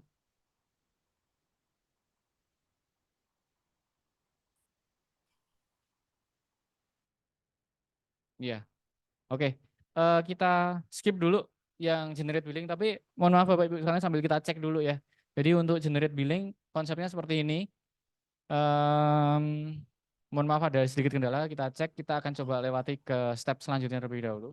Bapak Ibu sekalian, kalau misalnya sudah melakukan generate billing dan ternyata sudah membayar billingnya, nanti dapat NTPN, NTPN-nya direkam di rekam, nah ini billing.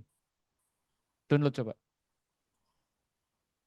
Nah, sebenarnya Bapak Ibu sekalian, kenapa kita memberikan fasilitas di sini? Sebenarnya untuk meminimalisir kesalahan. Jadi kalau Bapak Ibu sekalian buka aplikasi lain, kemudian milih kode akun pajak, milih kode jenis store, kemudian memasukkan nominal, itu ada potensi kesalahan gitu ya, kemungkinan kesalahannya ada. Nah ini kita minimalisir dengan kita mengunci di sini ya, KAP, KJS-nya sama nilainya, sama yang pemilik NPWP-nya. Oke, kita ke aplikasi lagi. Asumsikan kita sudah dapat billing, sudah bayar, selanjutnya kita rekam setoran. Nah, tambah. Nah, ketika melakukan penambah setoran di sini Bapak Ibu sekalian ya, NTPN-nya nanti dimasukkan, tahun pajaknya juga dimasukkan, nanti divalidasi oleh sistem, dan kalau datanya valid, maka dia akan bisa direkam setorannya. Dan perlu Bapak Ibu sekalian ketahui bahwasannya di sini rekam setoran NTPN yang sudah didaftarkan gitu ya, yang sudah di setor, sudah direkam di sini, tidak bisa direkam 2 kali. Jadi nanti kalau direkam 2 kali akan muncul constraint, notifikasi error, kalau seperti itu. Oke, kita close dulu. Sekarang kita akan coba ke menu perekam. Oke, ke menu perekam. Kita akan coba menambahkan perekam Bapak Ibu sekalian. Nanti kita nambahkan perekam, kemudian kita perekamnya akan bikin bukti potong, nanti biar kelihatan di user pusatnya, user utamanya. Oke, tambahkan perekam. Bapak Ibu sekalian, untuk menambahkan perekam, kondisi saat ini hanya difasilitasi di wajib pajak badan. Dan NPWP yang didaftarkan sebagai perekam adalah orang pribadi. Nah, tambahkan dulu Mas Andre, NPWP-nya menggunakan NPWP orang pribadi. Si Hafsa.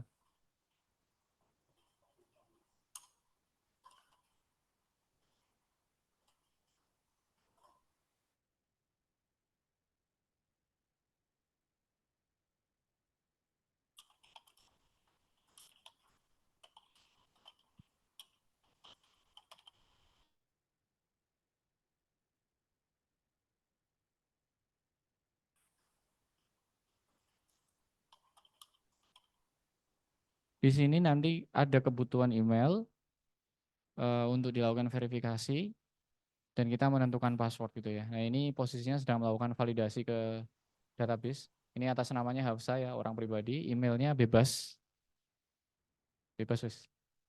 Atau mau Ardito Suryo, arditosuryo@gmail.com. @gmail.com, passwordnya 123456. Simpan.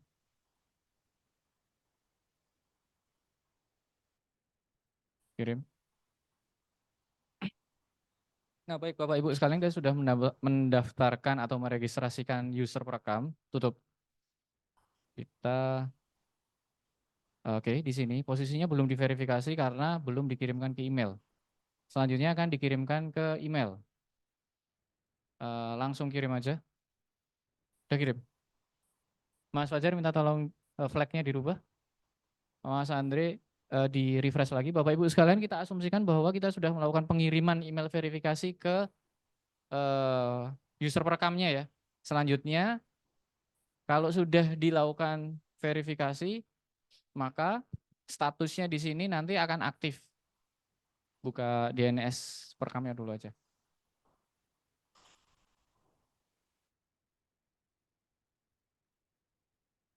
Perekam EBUPOD 2126, strip SIM. Udah? Oke. Jadi kalau nanti Bapak Ibu sekalian sudah melakukan menambahkan perekamnya, sudah diverifikasi, nanti masuk ke website yang lain gitu ya. Biar tidak bisa saling intip. Lebih seperti itu. Oke. Oke, di sini posisinya sudah aktif Bapak Ibu sekalian. NPW perekamnya langsung dikopas saja Mas Andri. Dimasukkan.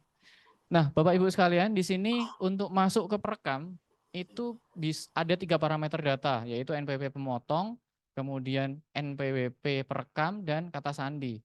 Nah, kenapa dibutuhkan NPWP pemotong? Karena posisinya kemarin kami menemukan transaksi, khususnya di WP LTO, itu WP-nya grup. Satu orang itu bisa pegang beberapa perusahaan gitu ya. Jadi artinya misalnya PT Pertamina mendaftarkan saya sebagai perekamnya.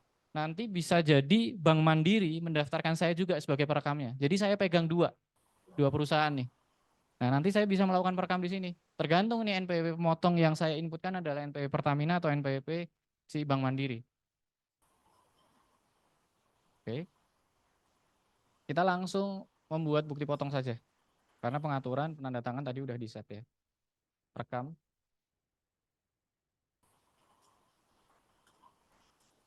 Oke. Kemudian pakai NPWP-nya si Fatih aja.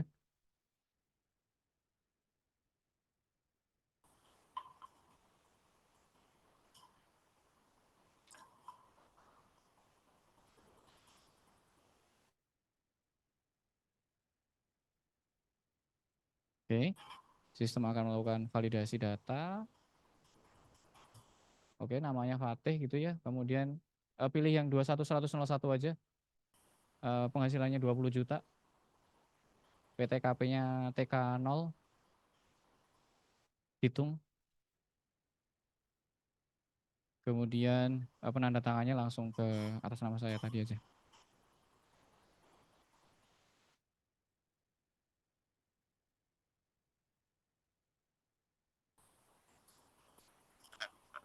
Sambil menunggu Bapak Ibu sekalian mungkin bisa disiapkan pertanyaan terlebih dahulu karena niat kami ke sini ingin mendengar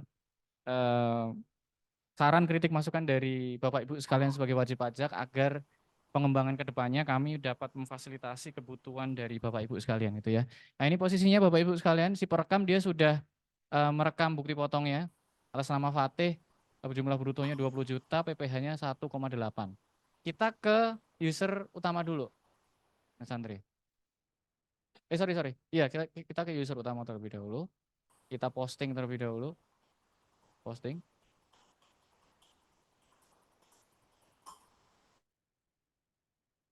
Oke. Posting. Nanti setelah posting kita akan lihat di SPT-nya. Kita biar bisa lihat dari menu user pusat. dia bisa kelihatan atau enggak? Perekamnya dia udah ngapain aja? Geser ke bawah. Nah ini tagihan perekam. Perekamnya hanya satu sehingga yang dipilih hanya satu di sini. Cari. Oke, perbarui ya. Oke, tadi Bapak Ibu sekalian, perekamnya atas nama Hafsa, dia akan muncul rekapnya, daftar tagihan perekam per KOP ini. Jadi KOP-nya 21.101, brutonya 20 juta, PPh terutangnya 1.800. Nah ini akumulasi Bapak Ibu sekalian dikelompokkan berdasar kode objek pajak. Kalau yang bawah itu dikelompokkan berdasar kode akun pajak gitu ya. Jenis pajaknya 411121, jenis setorannya 100, PP yang dipotong adalah 1,8. Kurang lebih seperti itu. Nah, kemudian kita ke SPT lapor.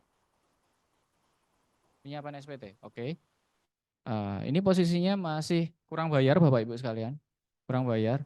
Kita akan, nah ini di sini ada button untuk unduh bukti potong secara gelondongan ya. Oke. Jadi kalau misalnya Bapak Ibu sekalian mendownload bukti potongnya nggak mau satu-satu, jumlah bukti potongnya banyak, nanti bisa di sini nih. Oke. Dan yang dipotong itu yang bisa di-download itu adalah coba buka Mas Andre. Hanya yang dia rekam sendiri. Oke, Pak Ijo.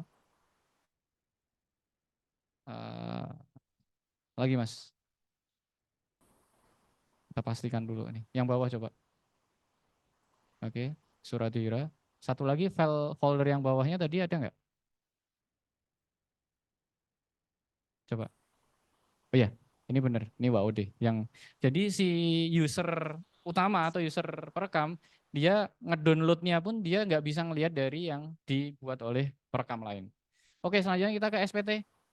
Kita lengkapi SPT-nya terlebih dahulu. Chrome. Di kolom aksi lengkapi di sini. Bapak Ibu sekalian, kita mengasumsikan bahwa tidak ada pembayaran karena misalnya di sini kita asumsikan ada kompensasi masa sebelumnya yang harus diisi, gitu ya. Geser ke bawah.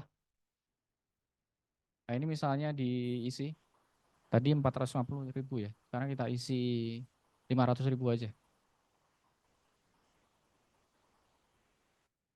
500.000. Enggak 500.000 juga. Kan tadi sama si perekam ya.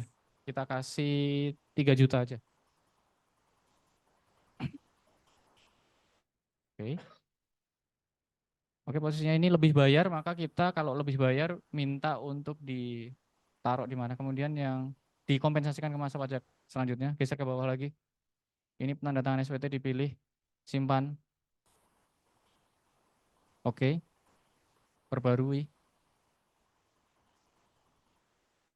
Sampai nanti status SPT-nya siap kirim, maka Bapak Ibu sekalian bisa melakukan pengiriman SPT ya. Pengiriman SPT langsung di sini, tidak perlu ke yang lain. Nah ini, status SPT-nya draft, belum dikirimkan, tapi keterangan SPT-nya SPT Anda siap kirim. Ketika statusnya siap kirim, maka di button aksi di sini akan nambah satu lagi nih, button untuk kirim SPT. Nah, dikirim SPT ini Bapak Ibu sekalian, nanti Bapak Ibu sekalian bisa melakukan review terlebih dahulu. Apa yang harus diisi datanya. Lebih seperti itu. Nah ini.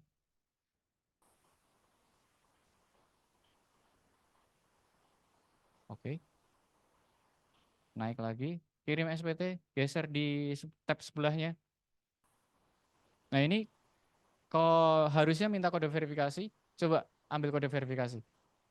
Nanti kita akan bypass tanpa melihat di emailnya ya. Mas Fajar minta tolong dicek tokennya.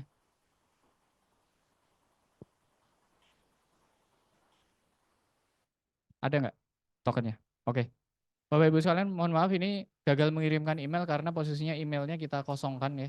Di sini emailnya masih kosong, maka nggak bisa ngirim email. Tapi kita langsung bypass saja untuk langsung mengirimkan email. Kode verifikasi.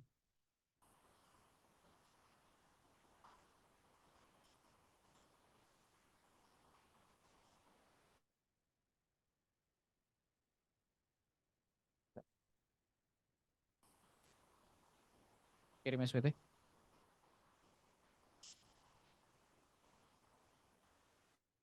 Nah, ini proses untuk mengirim SPT nanti kalau sukses Bapak Ibu sekalian akan mendapatkan yang namanya bukti penerimaan elektronik BPE dan bisa melihat induk SPT-nya ya. SPT. Oke, kita ke dashboard. Nah, ini posisinya Bapak Ibu sekalian sudah berhasil submit SPT. Di sini kita lihat BPE-nya sama SPT-nya coba.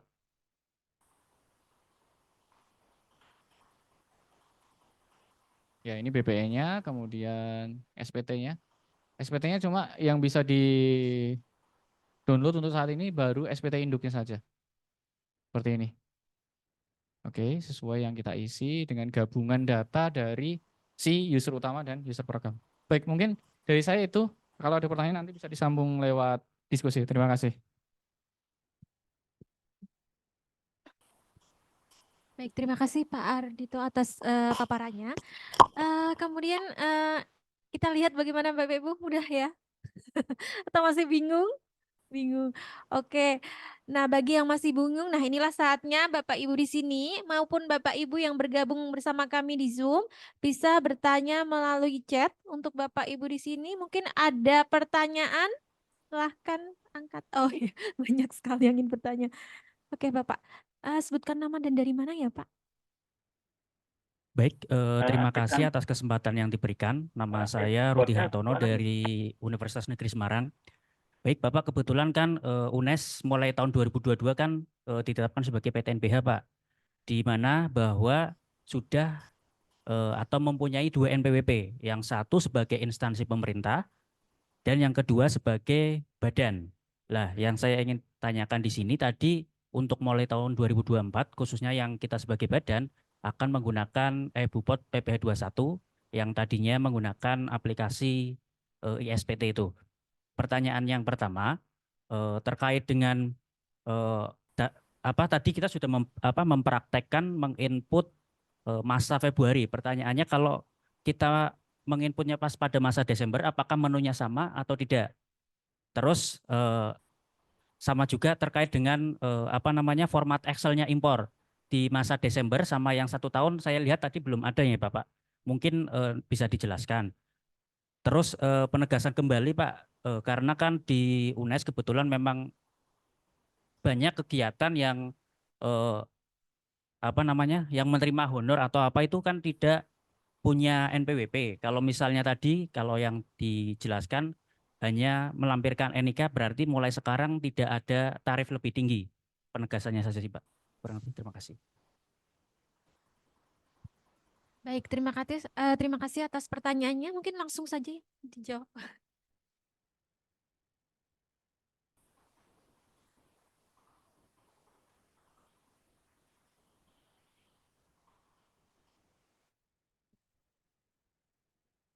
Baik, terima kasih. Dengan Pak? Oh, Pak Rudi, terima kasih atas pertanyaannya. Jadi yang terkait dengan masa Desember, jadi gini Pak, memang posisinya untuk bukti potong tahunan saat ini kita belum rilis dan kemungkinan besar minggu depan kita akan rilis ya, antara hari Selasa atau Kamis. Nanti kita akan rilis bukti potong tahunan. Jadi konsepnya ketika menggunakan TER gitu ya, kalau dia pegawai tetap, maka misalnya nih saya asumsikan pegawai tetapnya dalam 1 tahun, Januari sampai Desember. Januari sampai November itu akan menggunakan penghitungannya menggunakan TER. Gitu ya. Kemudian nanti di Desember dia menghitung menggunakan tarif pasal 17 gitu ya. Nanti tentu ketika di Desember itu pembuatan bukti potongnya itu tidak membuat bukti potong bulanan lagi, tapi langsung membuat 1721A1. Langsung satu kesatuan. Nah, nanti di Desember ketika membuat bukti potong 1721, nanti kita akan prefill.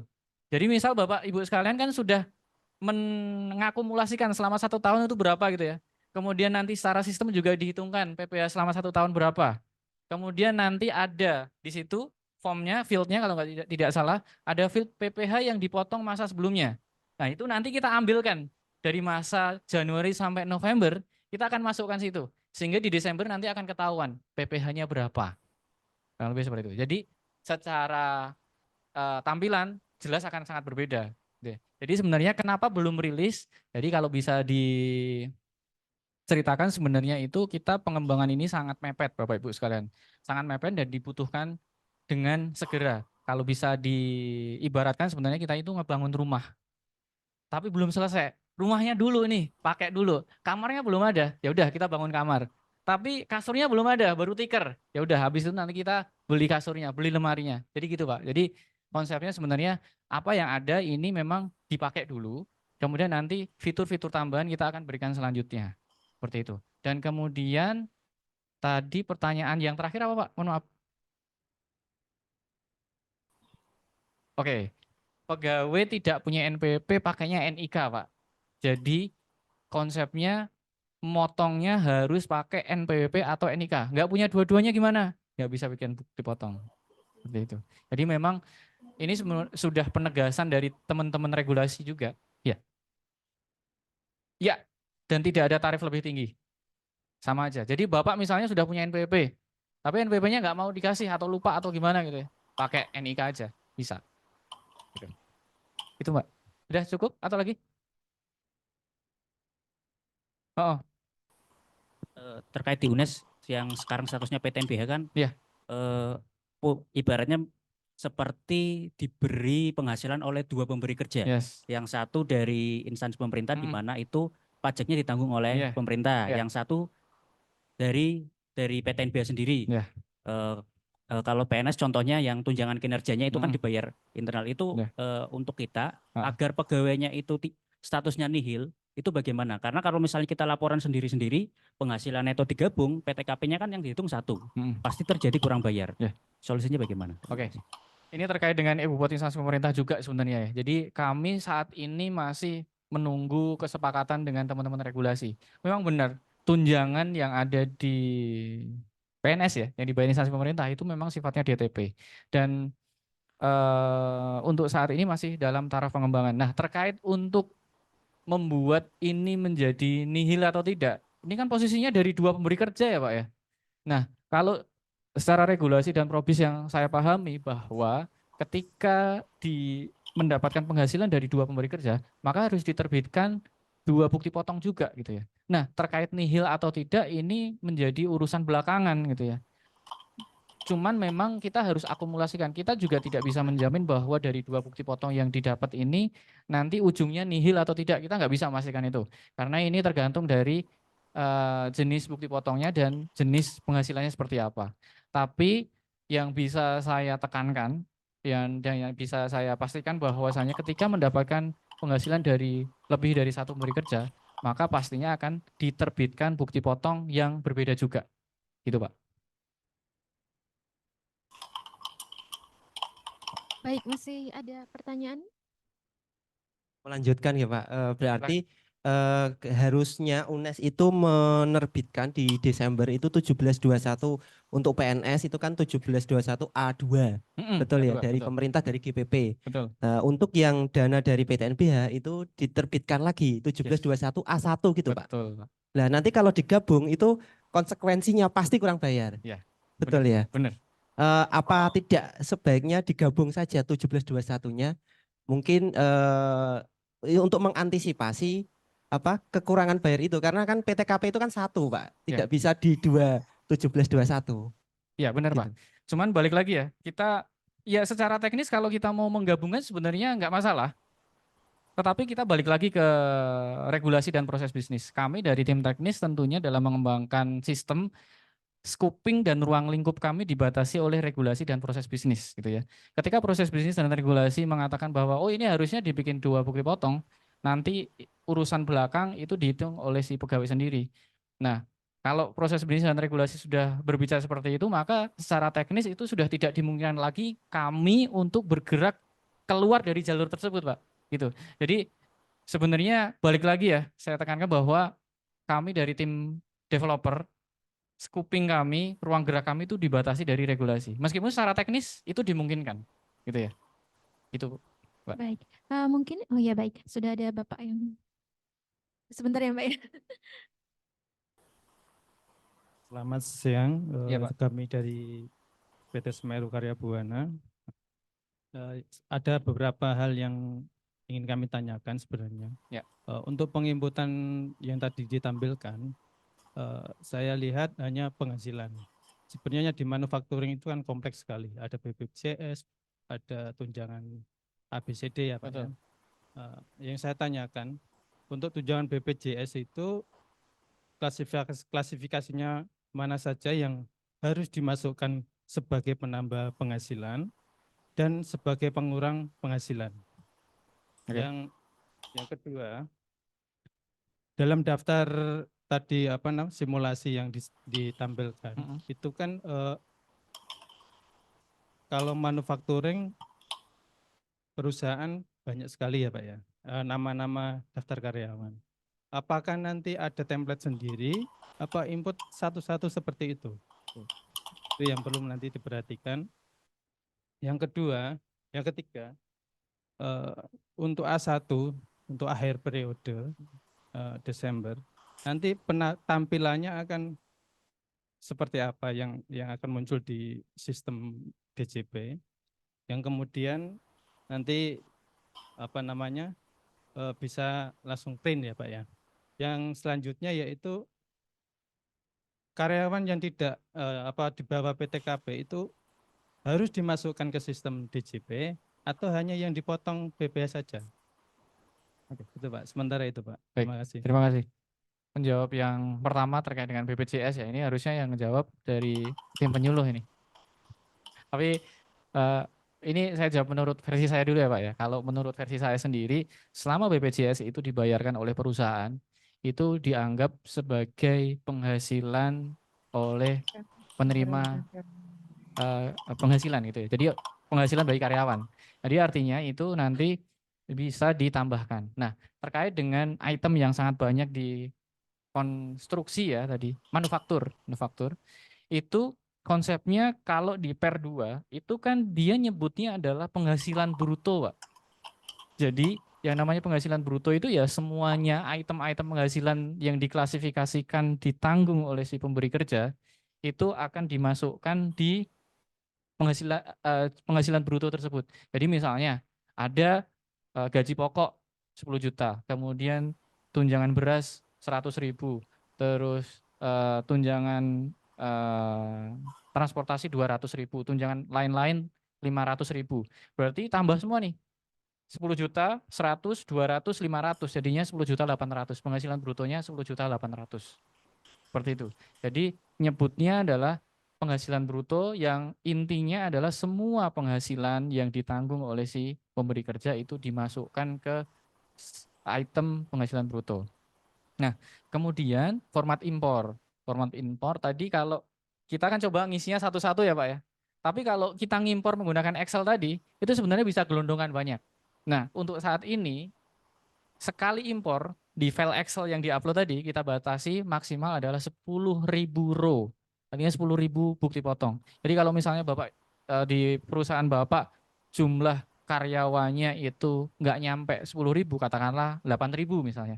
Nah itu nanti bisa diinput di Excel tersebut, bisa dilakukan impor sekali impor. Jadi nggak perlu nginputnya satu-satu, nggak perlu. Tapi bisa melakukan impor sekali saja. Seperti itu. Nah, kemudian terkait dengan bukti potong yang tahunan Desember, ya jelas tadi sebenarnya sudah ditanyakan oleh Pak Rudi dari UNES bahwa memang kondisinya kami saat ini belum rilis untuk bukti potong tahunan dan kita agendakan minggu depan gitu ya, minggu depan kita akan insya Allah kita akan rilis. Cuman memang secara regulasi karena field yang dibutuhkan untuk bukti potong tahunan itu berbeda dengan yang bulanan sehingga jelas fieldnya nanti tampilannya akan berbeda, kemudian pola penghitungannya juga berbeda, validasinya juga berbeda. Jadi lebih kompleks. Ini seperti itu. Mungkin itu Pak, ada yang ingin ditambahin lagi silahkan. Oh, masih ada.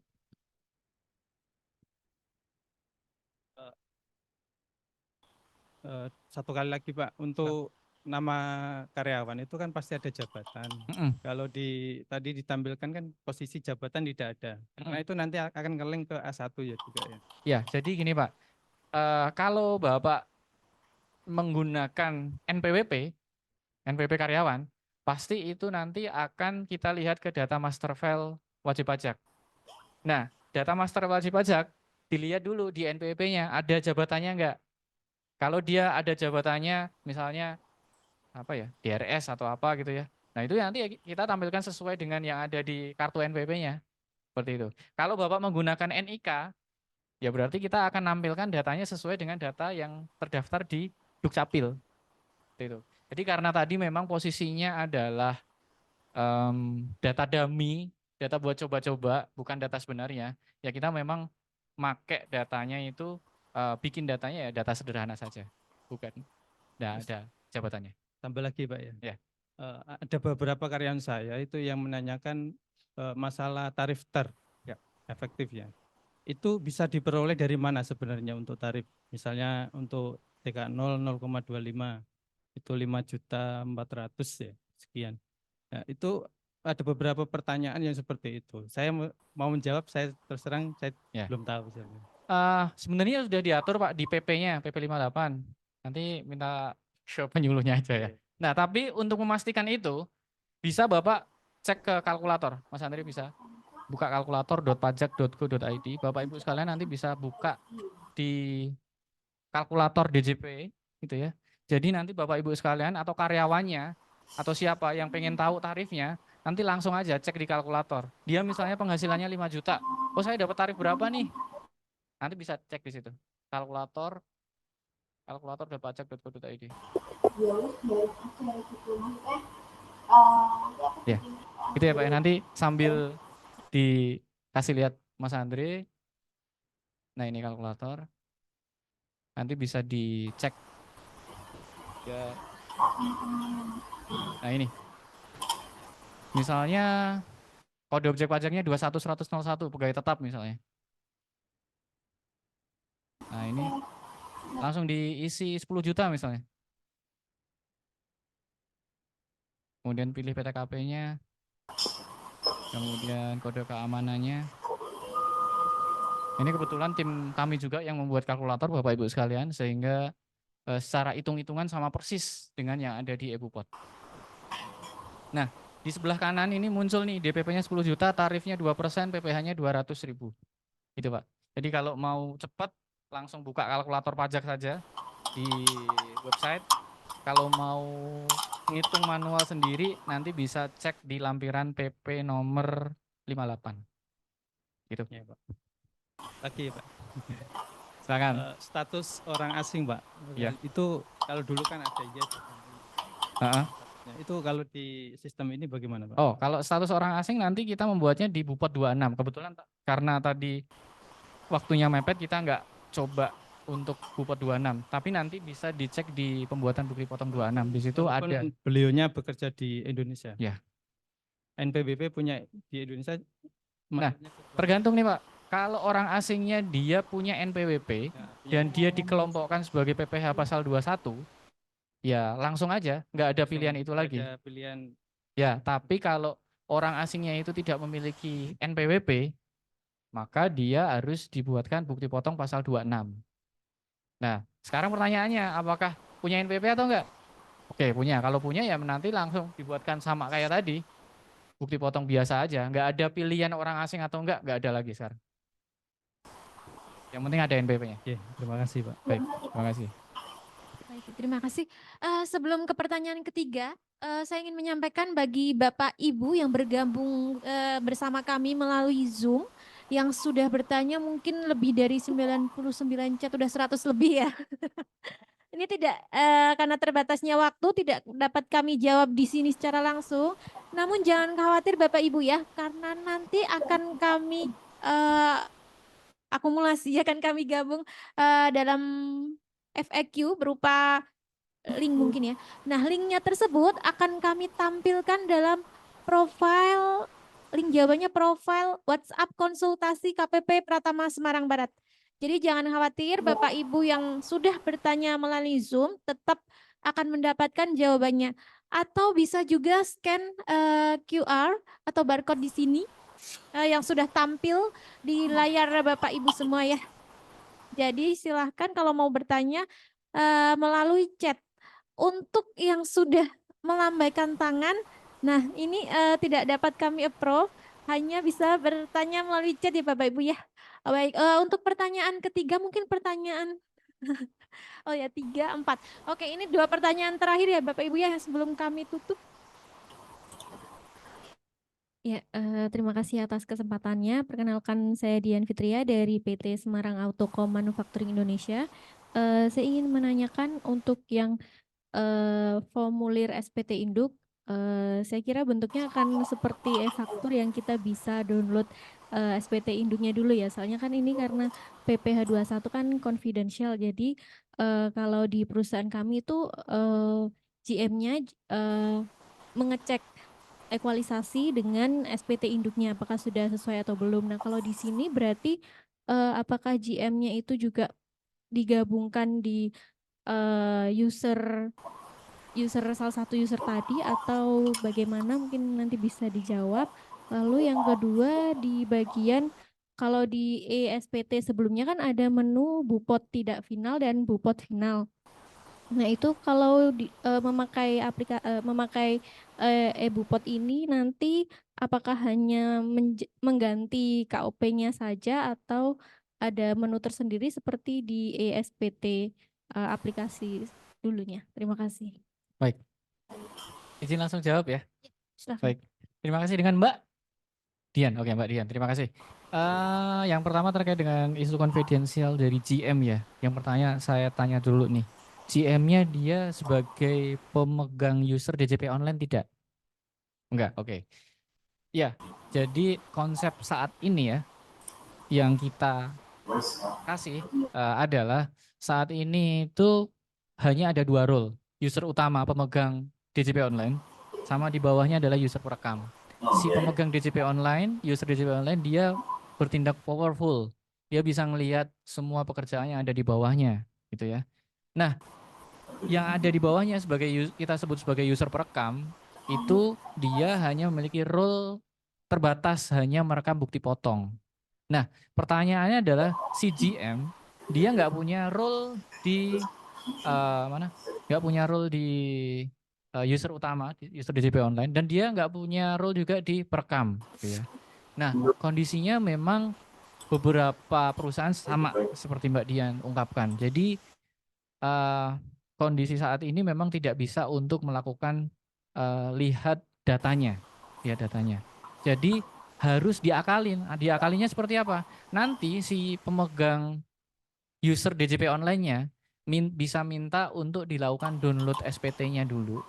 Nanti baru dikasih ke GM-nya. Atau tergantung nih sebenarnya, yang mau diekualisasi ini cukup SPT-nya saja atau semua bukti potongnya SPT-nya aja. Oke, kalau SPT-nya saja sebenarnya hanya butuh minta tolong dari si user utama. Si pemegang DJP online minta tolong untuk didownloadkan, baru nanti dikasih ke GM-nya. Kayak gitu. Cuman memang kalau menurut saya isu konfidensialnya belum dapat ya. Dan memang kondisi yang kami kembangkan saat ini itu yang nantinya ya, to be ya, yang kita akan kembangkan adalah ada satu role lagi yang namanya user perekam utama. Nah, kalau user perekam utamanya ini nanti kita sudah selesai, maka nanti dari user DJP online-nya bisa menambahkan GM-nya sebagai user perekam utama. Nah, ketika si GM punya role user perekam utama, nanti si GM itu nggak perlu minta bantuan untuk didownloadkan SPT-nya. Dia bisa langsung lihat sendiri.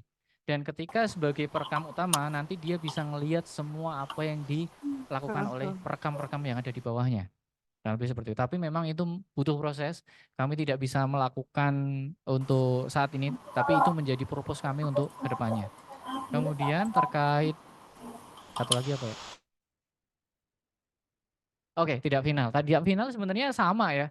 Sama dengan ISPT, cuman bedanya ya kita cuma merubah ISPT-nya ke web saja sebenarnya. Kopnya sebenarnya sama. Yang berubah adalah redaksional kode objek pajak dan penghitungannya. Ya. Kalau penghitungan tidak final, itu kalau yang kemarin kan ada yang dapat dari 1 pemberi kerja, 2 pemberi kerja, sekarang nggak ada. Sekarang kita seragamkan. Tapi yang jelas untuk menyamakan persepsinya kita lihat dari kode objek pajaknya. Jadi selama kode objek pajaknya dari e-bupot dan ISPT sama, ya itu sebenarnya sama aja. Cuma yang beda hanya redaksional kopnya dan ngitung PPh-nya. Lebih seperti itu. Baik, sudah dijawab ya Mbak ya. Oke, baik. Ini satu penanya terakhir ya Pak ya. Silakan. Baik Ibu. Selamat siang, perkenalkan saya dari Rumah Sakit Columbia Asia Semarang. Ini ada yang saya mau tanyakan, di rumah sakit ini kan ada selain pegawai tetap, ada juga dokter ataupun bukan pegawai lainnya seperti part time. Nah, di rumah sakit sendiri terkait konfidensial untuk pegawai tetap itu kan direkam oleh HRD. Selain pegawai tetap direkam oleh tim accounting dan tax. Di sini yang saya mau tanyakan, jika statusnya bukan pegawai atau part timer itu kan maksudnya bukan pegawai. Kemarin saya sempat coba untuk perhitungan PP 21-nya itu kan bukan memakai tarif tapi langsung kali Pasal 17. 50 ya, 50 langsung tarif. Masalahnya kalau jika dia tidak punya NPWP, kan kita memasukkan nomor NIK-nya. Tetapi NIK-nya itu tidak tervalidasi. Itu bagaimana? Seperti yang Bapak sampaikan tadi kan tidak bisa dilaporkan. Tapi kan ini kasusnya kita tetap harus dilaporkan ya Pak.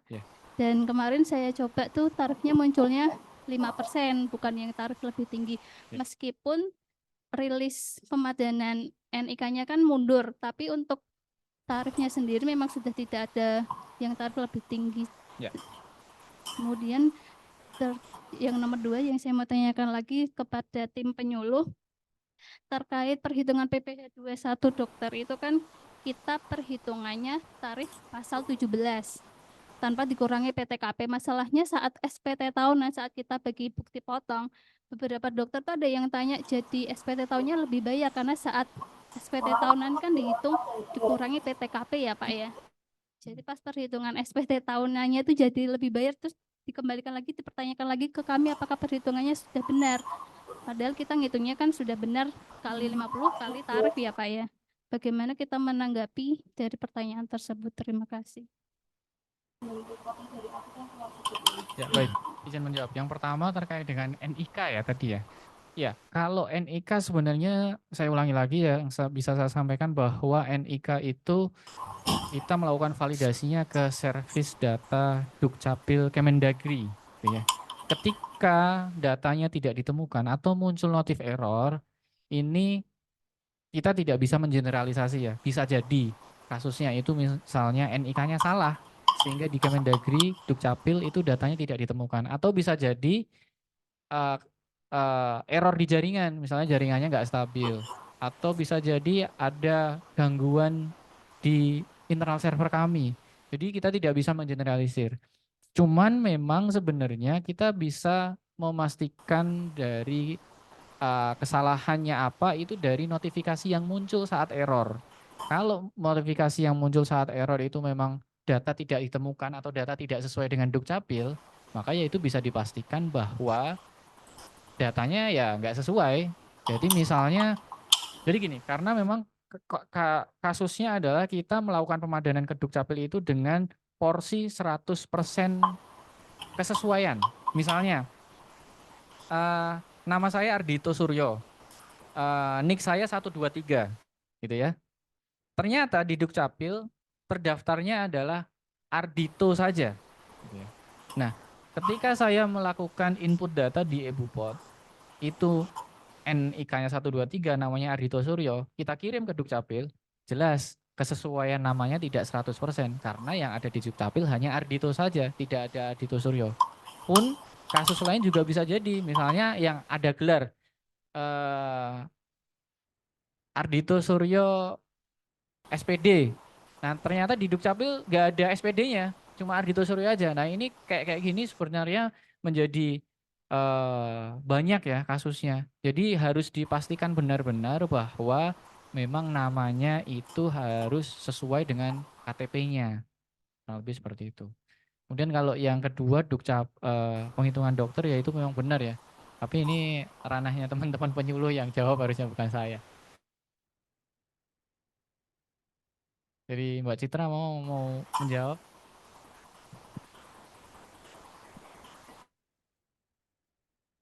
Izin menjawab ya, kalau untuk pekerjaan dokter itu memang kadang hasil akhirnya itu ada yang bahkan kurang bayar, ada yang bahkan lebih bayar. Kalau memang dalam perhitungannya itu sudah sesuai, tidak apa-apa. Karena dokter itu pun di kami banyak yang mengajukan restitusi. Jadi sebenarnya kalau lebih bayar, itu atas kelebihan itu bisa dikembalikan ke wajib pajak yang bersangkutan. Asalkan dia memang memenuhi syarat-syarat yang harus dipenuhi. Misalkan bukti potongnya sudah lengkap seperti itu. Jadi kalau memang ada kelebihan bayar, atas kelebihan bayar itu bisa direstitusikan. Gitu. Oke, baik. Ini karena waktunya sangat terbatas, mungkin itu adalah pertanyaan terakhir. Nah, kami sampaikan kembali bagi Bapak Ibu yang bergabung bersama kami via Zoom, untuk pertanyaan-pertanyaan yang sudah masuk ke kami, nanti akan kami jawab dan kami tampung melalui link yang akan kami tampilkan di profile nomor WhatsApp konsultasi KPP Pratama Semarang Barat dan juga di Instagram KPP Pratama Semarang Barat. Jadi jangan khawatir Bapak Ibu, pertanyaan yang